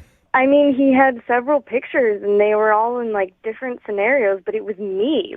The girl was me. Are you Whoa. sure it was you, or are you just reading into it? Oh my gosh. No, seriously. I mean, he had a headshot of just a girl. Definitely me. There was a girl riding a bike, a girl crying. Crying? And, the creepiest one, there was a girl at a dinner table with a guy. And I was the girl, and he was the guy. Wow. And that's the creepiest one. I would think the crying one would be even creepier. He never said that it was me, but, I mean, it looked exactly like me. Did you ask him? I mean, did you confront him? No, you don't confront someone like that. Yeah, no. I would have done the same thing. I would have just been like, all right, well, look at that. Look at the time. Jeez, time flies, huh? And I would have been out of there, too. Are you sure that it was you? No question in your mind. No question, yeah. It was definitely me. Is there any distinguishable feature that you have? Yeah, I have freckles, and he drew the freckles on the girl's face and everything. It was creepy. I thought it was really creepy him asking to sketch him in the first place. And then actually showing you pictures that look like you is way worse. Oh, come on. Give this guy a break. Obviously he's nervous and he didn't go about it the right way, but he's probably just trying to impress you. In a park? With sketches of me? He sounded well-intentioned. Yeah. Yeah, the whole thing was just way too creepy for me, and I couldn't handle it. That's understandable. You know what else is creepy, Rebecca? Jim is actually on the phone listening to this conversation and wants to talk to you right now. What? Yeah. I'm so sorry that you thought that was creepy. Oh, This just isn't normal. This is not normal. Those are not sketches of you. I'm so sorry. What do you mean they weren't me? They looked exactly like me. I mean, a lot of those I drew before I even knew you or, like, met you or saw you or anything. I mean, if there's a resemblance, it's totally a coincidence, I swear. The freckles? What about the freckles? Yeah, I don't know. I mean, maybe, like, I think freckles are cute, and I was drawing a girl with freckles, and then I saw you, and maybe, like, you looked like something I had in my head already or whatever, but... Jim, are you sure you didn't sketch pictures of her before meeting her? No, definitely not. I mean, you know, like, you see images, and, like, if I had seen her face, maybe that worked its way into a drawing or whatever, but I swear I was not sitting at home, like, full Silence of the Lambs, like, sketching from your Tinder picture. Like, I swear to you. Come on, give him like the benefit of the doubt here. I think he sounds like a nice guy, and obviously he'd be attracted to you if he was drawing women who kind of looked like you before he even met you. I don't think I think the same way.